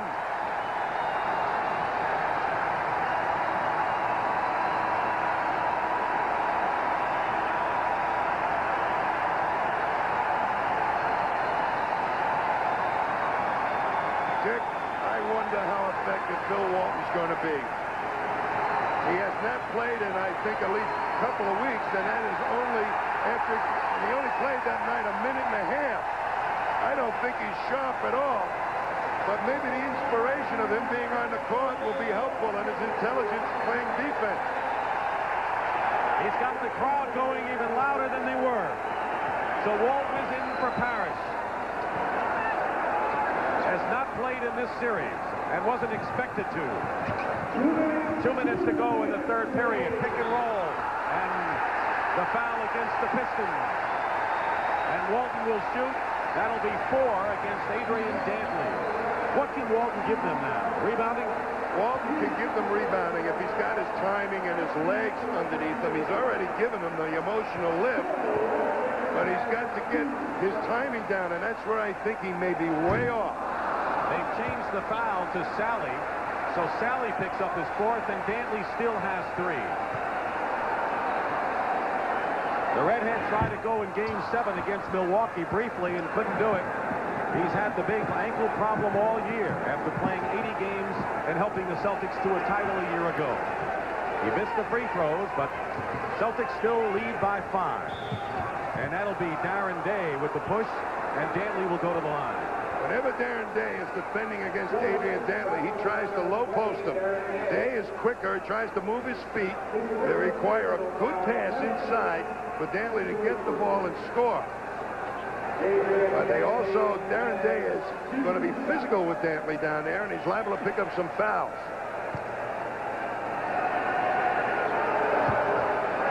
Frank Layden didn't want him in Utah. The Pistons took him and are glad they did.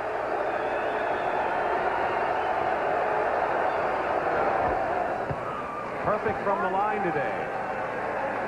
And it's important that he is efficient from the line because that's his game. He represents the only low post game that they have, and he can only do it against certain players. Against bigger players, he takes them outside and drives to the hoop, and that's what they hope to rely on when they get into that half court coming down the stretch. He has 10 points this period. Normally, he's been a first-half scorer. In this series, he has been anyway.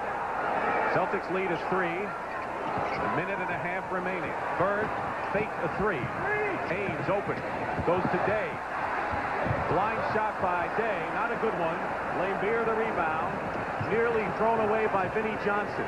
Dumars, long range hits. He's kept the Pistons in this game. He's got 27 points. Big shot, but they up quick. Allowed Dumars to be open. I'll tell you, he's playing like a burglar, Joe Dumars. 12 of 17, as you saw a glimpse of Isiah Thomas on the bench. Bird. And the Pistons can regain the lead after trailing by 5. With Parish on the bench, McHale on the bench, I don't think Walton's got the feet and the legs right now to get the offensive glass for the Celtics. Vinnie Johnson hits one, and now the Detroit Pistons have taken the lead again. They have scored 6 in a row. It's been a streak shooting kind of game for both sides. Haynes for 3, not that time. And Dantley, and all of a sudden the Celtics have given up a lot of points and taken some bad shots there. And they need a timeout to get their offense together. Who are they going to attack? Ainge took a bad shot that time. And look at Vinnie here going to control the offense while Isaiah's on the bench. 8 on the shot clock for Detroit. Trying to force the pass in the lane. And picked up. And a foul as Ainge and Dumars. 2 men are down for the Pistons. One of them is Vinnie Johnson, and the other one is the more severe player, Adrian Dantley. They bumped heads. And in this heat, it's got to be worse. And it looks like Adrian Dantley is really hurt. He hasn't moved since he got hit. Mike Abdenauer is out there checking on him. He is really woozy. Let's see it again.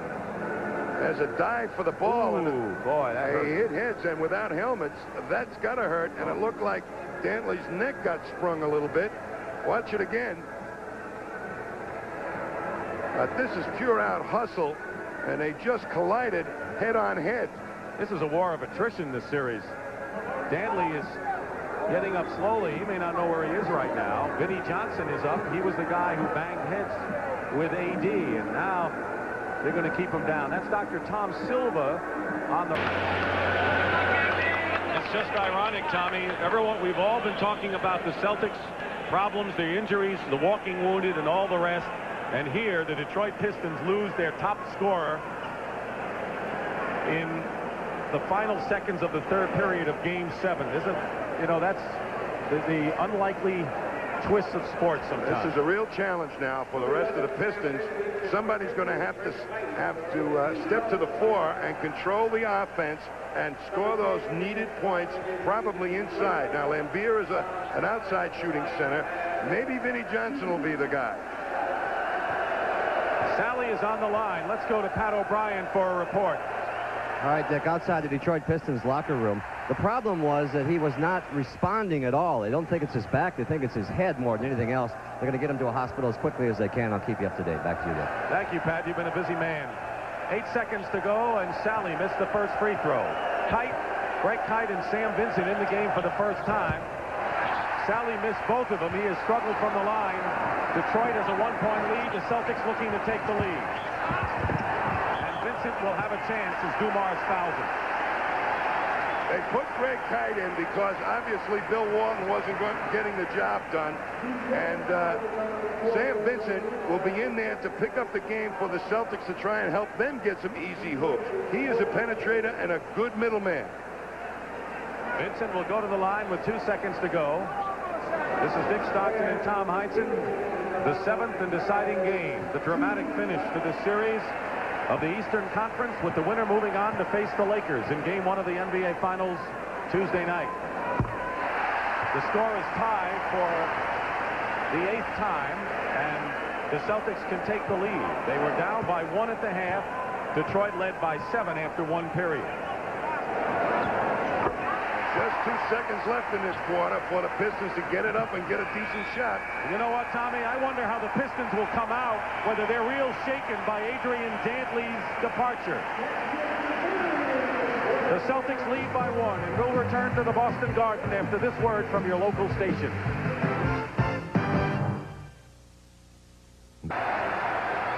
We start the 4th period with the Celtics leading the Pistons by 1. Adrian Dantley was injured, and the report is that Dantley has suffered a concussion, but he is going to be all right.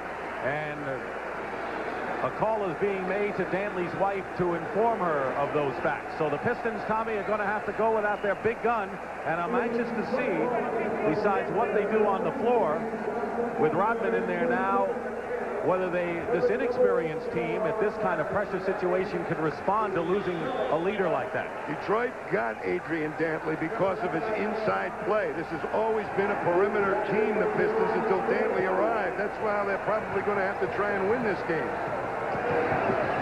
We've played 6 games in 3 periods. We have 1 left, and Vincent steals the ball from Thomas. But he misses the layup.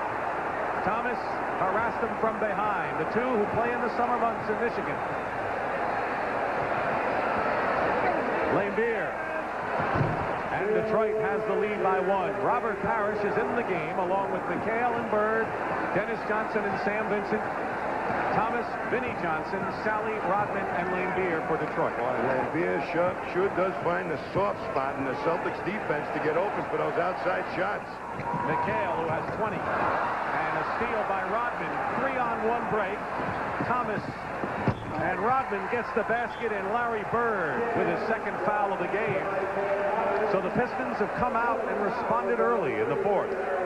2 streakers in this ball game right now. Help break the game open in the 4th quarter out in Pontiac, and a bad pass by Kevin McHale right into the hands of Rodman. And look how quickly he makes it the Celtics pay. It's 85-81, and the Pistons have scored the first 5 points in less than a minute of this final period. The Celtics have not played good defense or even good offense since the quarter started. Bird leads with 27, McHale 20, Dennis Johnson 11. Parish against Laimbeer, and a foul from behind by Dennis Rodman. I think they came away lucky that time. They had worked Parish so far up the lane, it was just a 1-step drop down for Rodman to go and almost block that shot by Parish. Ricky Mahorn will come back in, and Laimbeer will go out. So they lose a couple of inches. They get some beef, and they still have the speed in there, Detroit.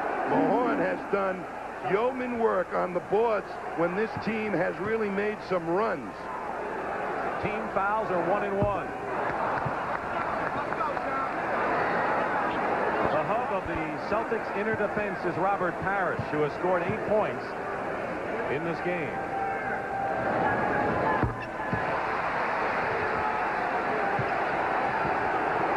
It's going to be in the hands of Isiah Thomas to create some good opportunities for the likes of Vinnie Johnson. There's Vinnie Johnson, and there's the basket. 87-82, the biggest lead either team has enjoyed today, 7 points. They have got a playbook full of outside shots. Dennis Johnson. Parish posting up.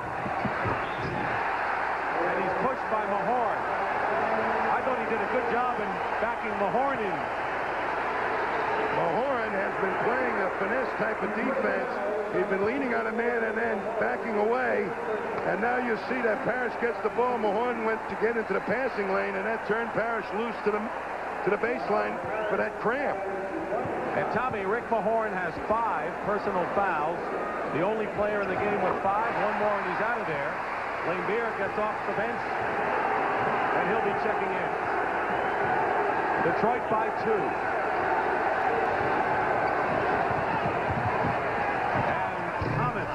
Misses. Sally goes up, and he's fouled. Celtics thought they tied him up. Darryl Garretson looked at it differently. He is so active on the rebounds, John Sally, and the Celtics are making a cardinal mistake. They're not going to the block out of him first. Kevin McHale now has 5 personal fouls. So McHale for the Celtics and Mahorn for the Pistons have 5. But losing McHale would be a lot worse for Boston. Well, Dantley's pretty important for the Pistons. We're talking about between Mahorn and McHale. Right, offensively. But McHale represents what Dantley represents to the Pistons offense coming down the stretch. Mahorn is really a defensive player and on the boards. Well, McHale gives the Celtics the offensive rebounding and some shot blocking inside. In any event, Sally, who's 2 for 5 at the line, will try to give the Pistons a 4-point lead. Well, Bird will end up with John Sally, more than likely, and Darren Day will end up with Dennis Rodman.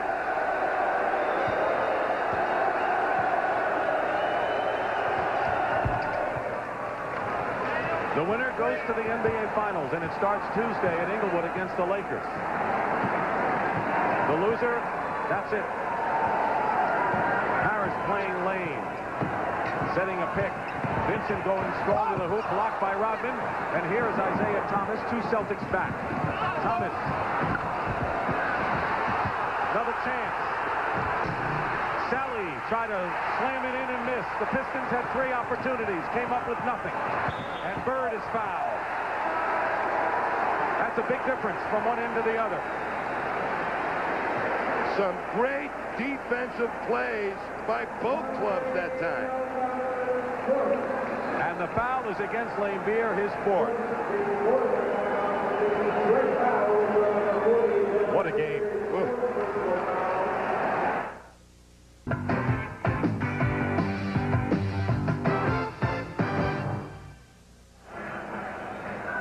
Well, if you think the drama has been fierce, the NBA Finals begin Tuesday night at 9 o'clock Eastern Time. It'll be the Lakers at home against one of these teams, the survivor. And Tommy, right now with 9:34 remaining and a lot of time left, is there any team that has an edge to this point? Can you see any team that deep down may have one? There's no momentum going on right now. Mahorn, though, could provide some rebounding to help get Sally and Rodman out on the break. But the Celtics are countering that pretty well. The Celtics don't have a real inside game to go to right now.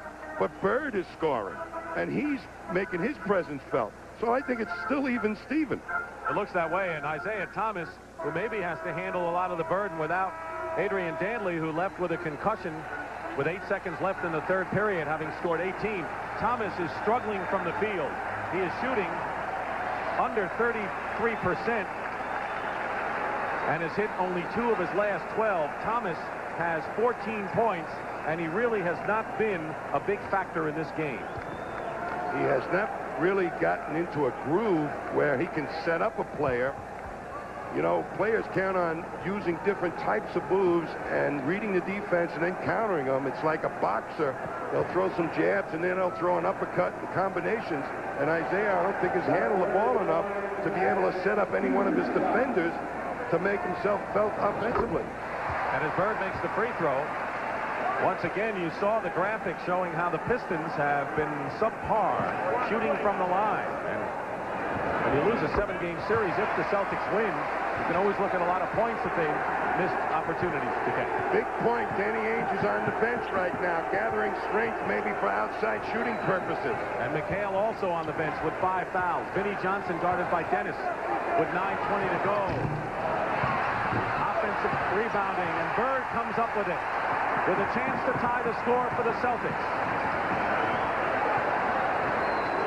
Two players that have not been in this position all season long, Sam Vincent and Darren Day. Crunch time, fourth quarter. And Walton gave it a try for a minute. Bird hits a big one. And a tie ball game. Larry Bird has 31. He has scored at least 30 in the last 3 games of the series.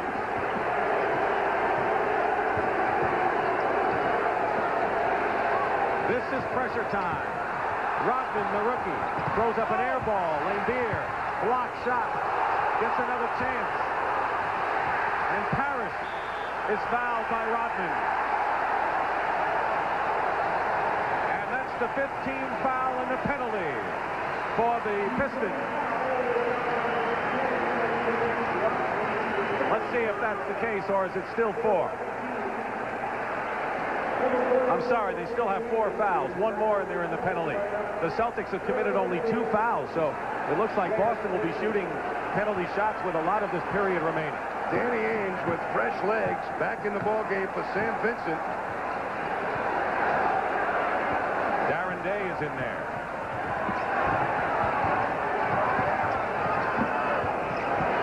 There's Dennis Johnson.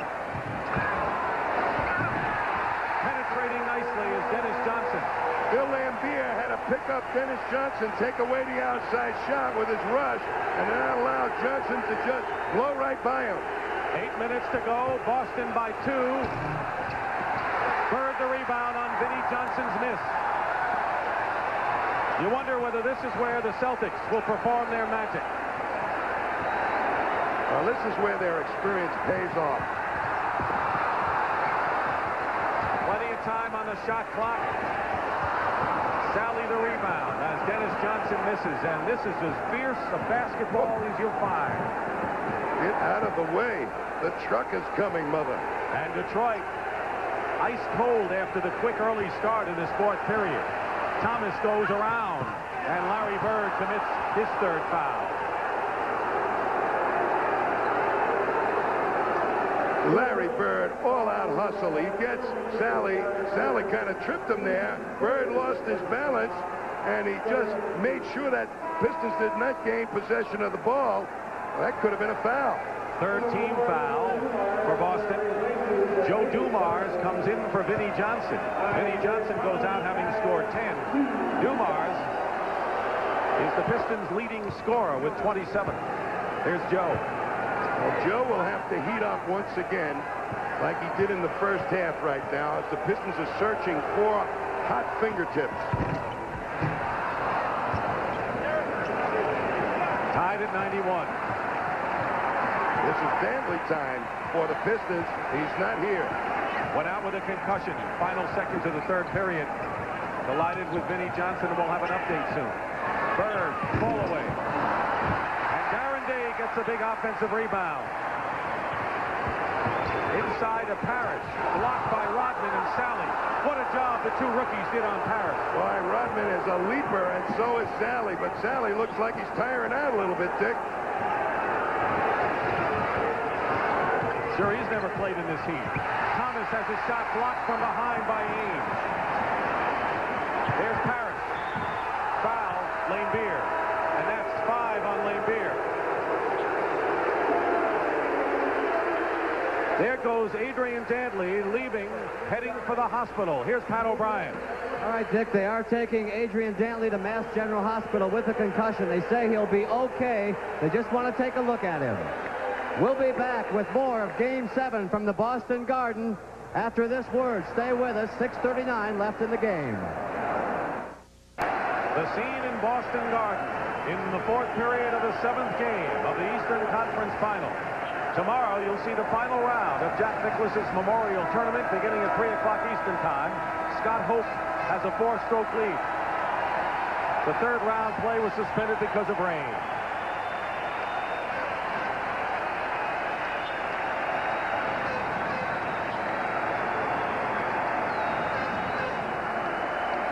Robert Parish is limping. Adrian Dantley left with a concussion. 3 players in the game have 5 personal fouls. And Kevin McHale is playing with 5. Vinnie Johnson, who collided with Dantley, still has the ice pack on his head. He may have gotten a little woozy in that thing and thrown himself off just the necessary little bit to stop missing. Laimbeer on the bench with 5.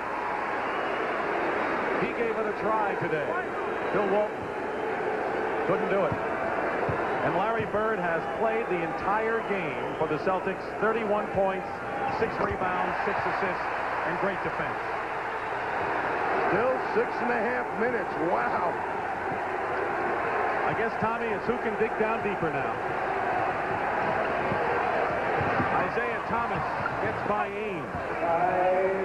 He has been a man in ball games over the past that has taken their offense totally into his hands. Isiah Thomas. He had missed his last 7 shots before he connected there. Parish setting a screen, and a pick and roll with Bird doesn't develop. Now it does. Rodman defending. And Parish makes a tough shot. Great shot by Robert Parish. Boston by 2.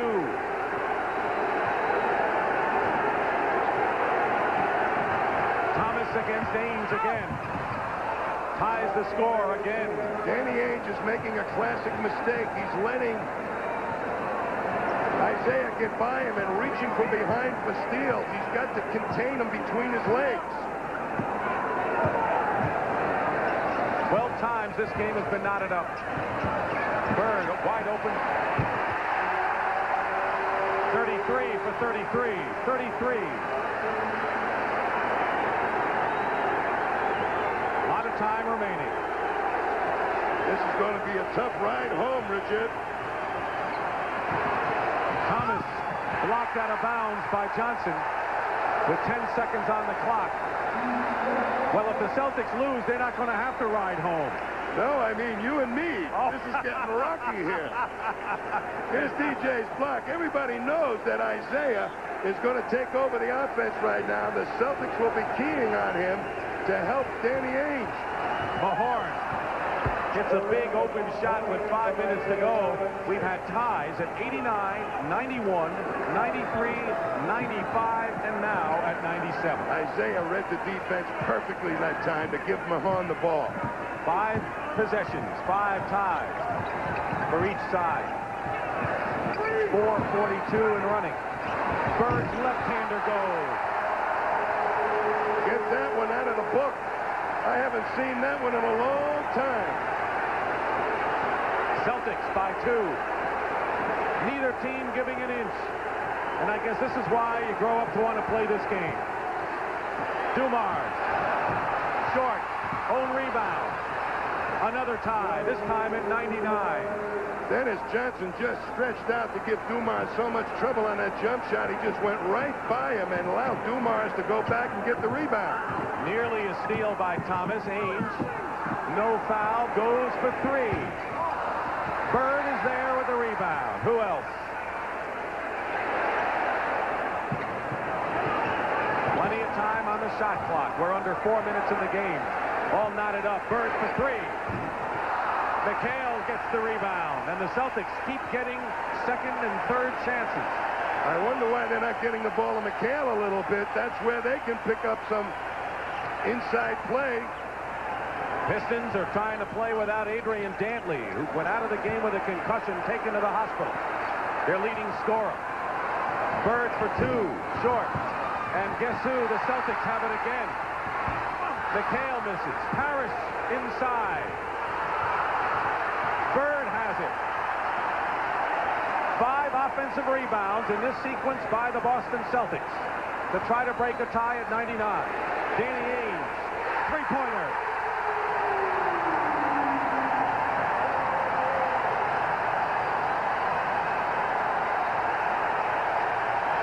If the Pistons don't come back and win, that will be the key possession of this game.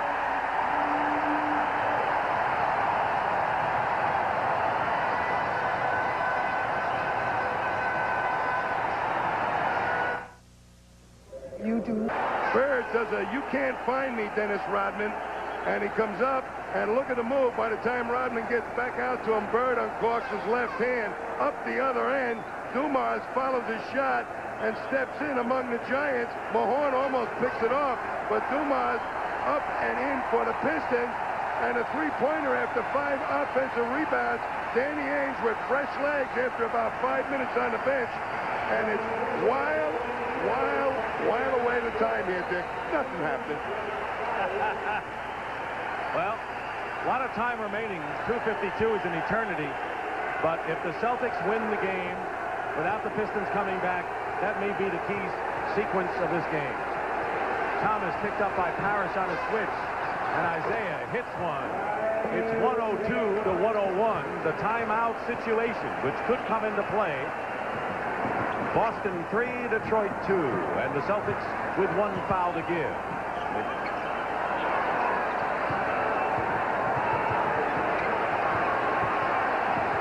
Bird with 35, make it 37.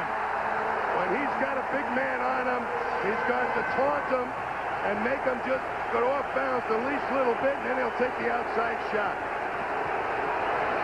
Thomas and Bird have scored the last 2 baskets. Thomas fires one up. Mahorn gets the rebound and will shoot and go to the line. Tommy, a point you were going to make. Well, Isiah just came back with the very same situation against Kevin McHale.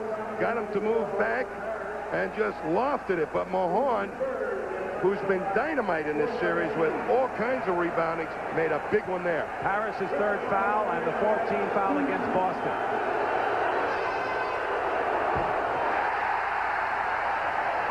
At the conclusion of the game, Tom and I will select the Miller Lite player of the game, and in conjunction with the award, Miller Lite will present a check in the amount of $1,000 to the National Multiple Sclerosis Society in that player's name. 1 out of 2, and it's 104-102 Boston. Winding down to 2 minutes. Whose hands are the ball going to be in for the Celtics? If it's anybody else other than Larry Bird right now, he is willing the ball in. Every possession critical. Ainge. And the rebound. Rodman had it and lost it. Has it again. And Ainge fouls Isiah Thomas. And Ainge and Thomas. And I think that, well, it's a natural feeling for Isiah Thomas, who was off to the races, and a good foul by Ainge. It was. And Isiah did a great job of keeping his cool. But there's Bird trying to make the rebound. And look, Isiah busts out, and Danny Ainge knew that they would have had a fast break opportunity, and Isiah saying, hey, I'm going to pop you in the chops, and then thinking better out of it. Good control by Isiah Thomas. Isiah is 3 for 3 from the line today. Team fouls, both clubs in the penalty. Ainge now with 4 personal. The next one could tie the game. It would tie the game. Buckle up, Richard. This is going down to the wire. 7th game. The winner goes on to the NBA Finals. Thomas can only make 1. Back defensively is Mahorn, and the Celtics will use the clock with a 1-point lead. You watch the time on the lower right hand. Celtics have to get a good shot here, not be so content with dropping the clock down below. They're down to 7 seconds now. Bird, wide open, Dennis Johnson, big one. What a play by Bird to create that shot. Thomas goes up. and the ball was taken away. It was blocked inside, and the Celtics may be taking control here. A basket here for Boston would put an awful lot of pressure on the Detroit Pistons with a minute to go. McHale. Laimbeer the rebound with under a minute to go, and Detroit calls a timeout.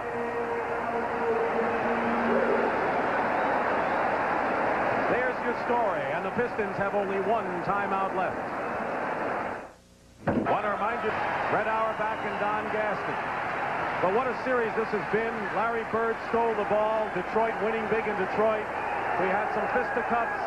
It's been truly a marvelous series of basketball. We've seen a young team grow in stature and a gritty champion trying to defend their title the best way they knew how after getting hit on the chops and on the chin hard. Pistons would be wise to try for 2 and not 3. Dumars gets 2 in a hurry, and it's a one-point game. Dumars with 31. That play, the pick and roll up the top, has allowed the Piston guards to drive right to the gut. The Celtics have not played that play well. Shot clock shows 13.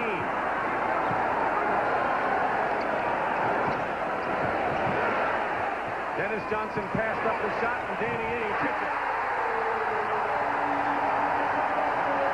And the Pistons will call timeout. Big basket by Danny Ainge in the last timeout by the Pistons. Well, the Pistons need a score. It doesn't have to be a three-point play. They have been very effective with using Joe Dumars off that pick and roll. The Celtics reluctant to really worry about Dumars. They appear to be more concerned about Isiah Thomas. There is no low post game to go to. But if Isiah penetrates, this man you're looking at, Bill Laimbeer, could hit a clutch outside shot. What's been critical down the stretch for the Pistons were missed free throws by Mahorn and Isiah Thomas, where they struggled throughout the series. They could use those 2 points right here. Thomas goes for 3, misses. McHale the rebound, and we're going to have a foul called against Joe Dumars of Detroit.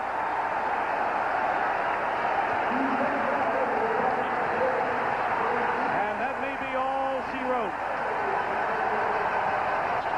Well, they went for the 3 right on the inbound, and immediately thinking that they would have 2 shots. Now McHale must make these. I thought they should have just gone for the score. They still could have fouled. You watch the inbound play right away. He's behind the three-pointer, but you look at Laimbeer and McHale go for that rebound. Laimbeer doing his job, McHale doing his job.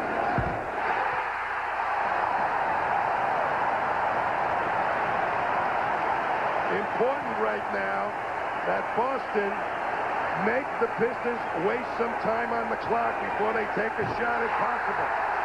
That's what Danny Ainge is trying to do. No timeouts left for the Pistons.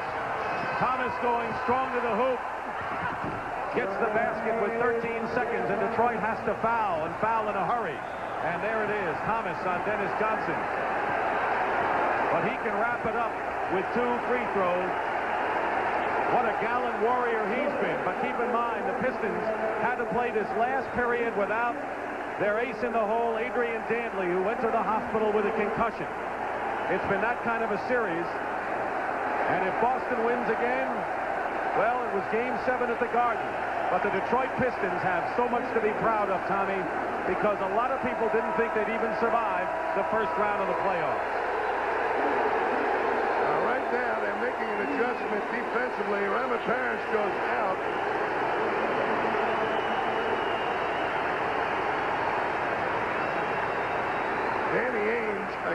Darren Day will be the man who will have to play some good defense right now. Parish, 16 points and 11 rebounds. No more timeouts for Detroit. They have 11 seconds left. It is still not over.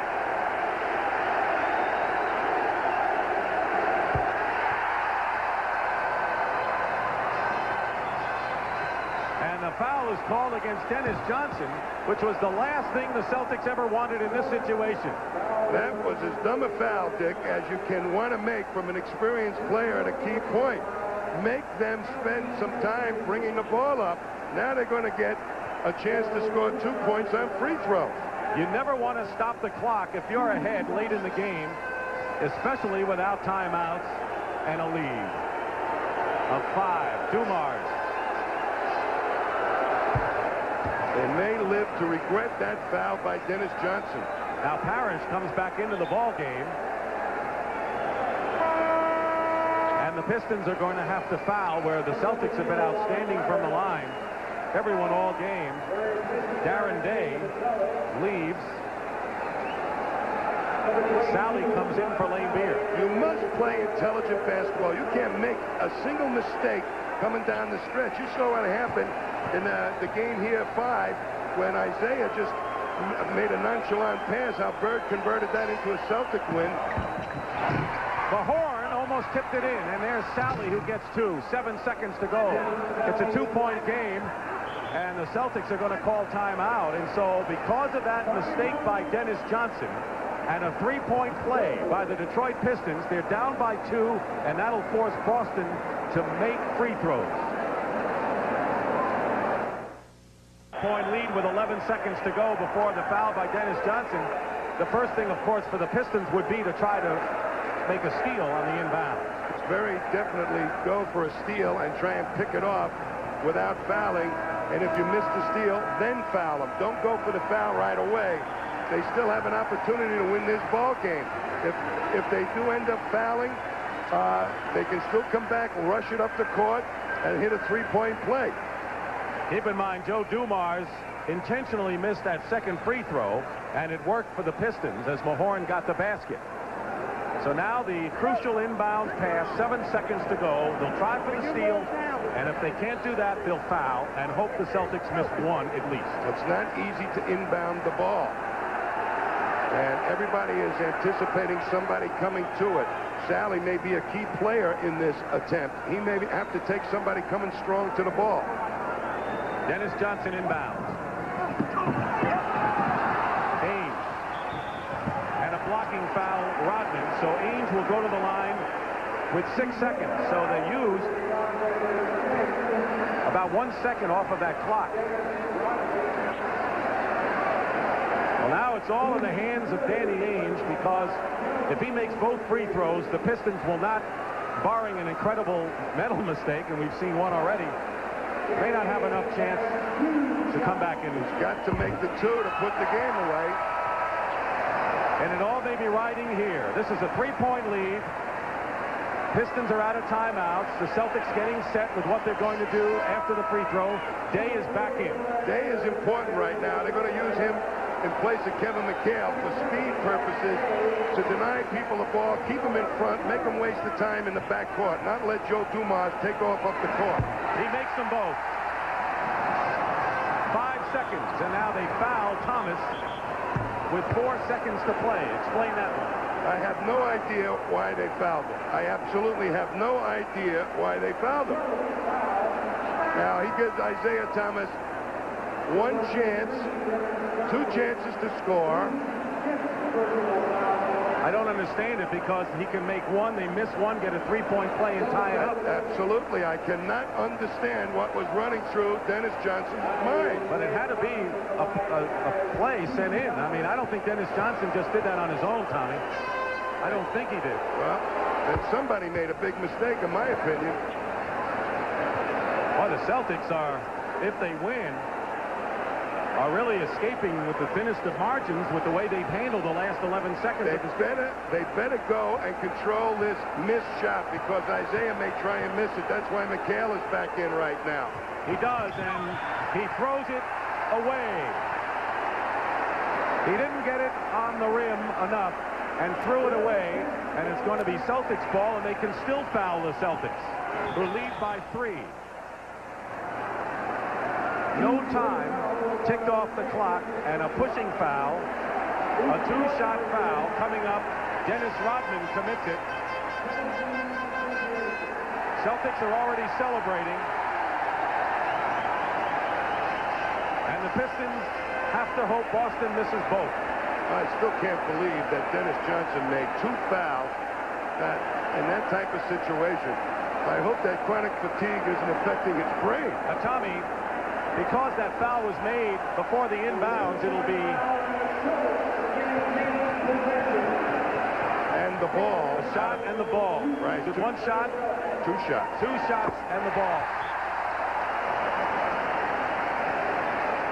No, 1 shot in the ball. Dennis Johnson turned around to check. But it's a moot point, really. Although you never knew down the stretch. The Boston Celtics are 4 seconds away. And Isiah Thomas threw a body block on Danny Ainge and shook him up. The crowd boos Thomas.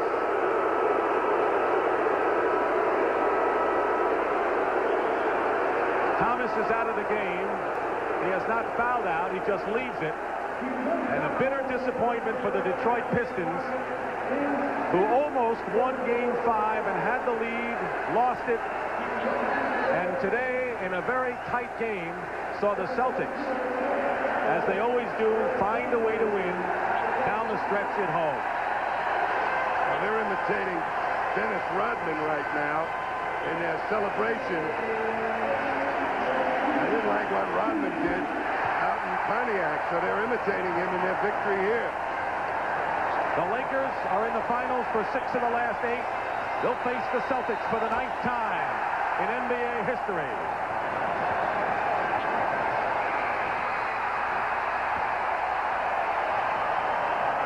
The basket is good. Joe Dumars.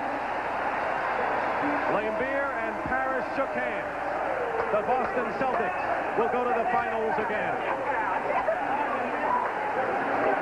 And an opportunity for the Celtics to repeat as NBA champions.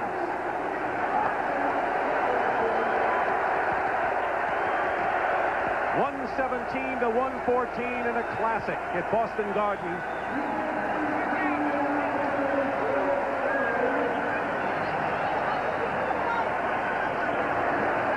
Our Miller Lite player of the game is Larry Bird, who played every minute of this game. Larry Bird scored 37 points, 9 rebounds, and 9 assists. The Celtics and the Lakers again.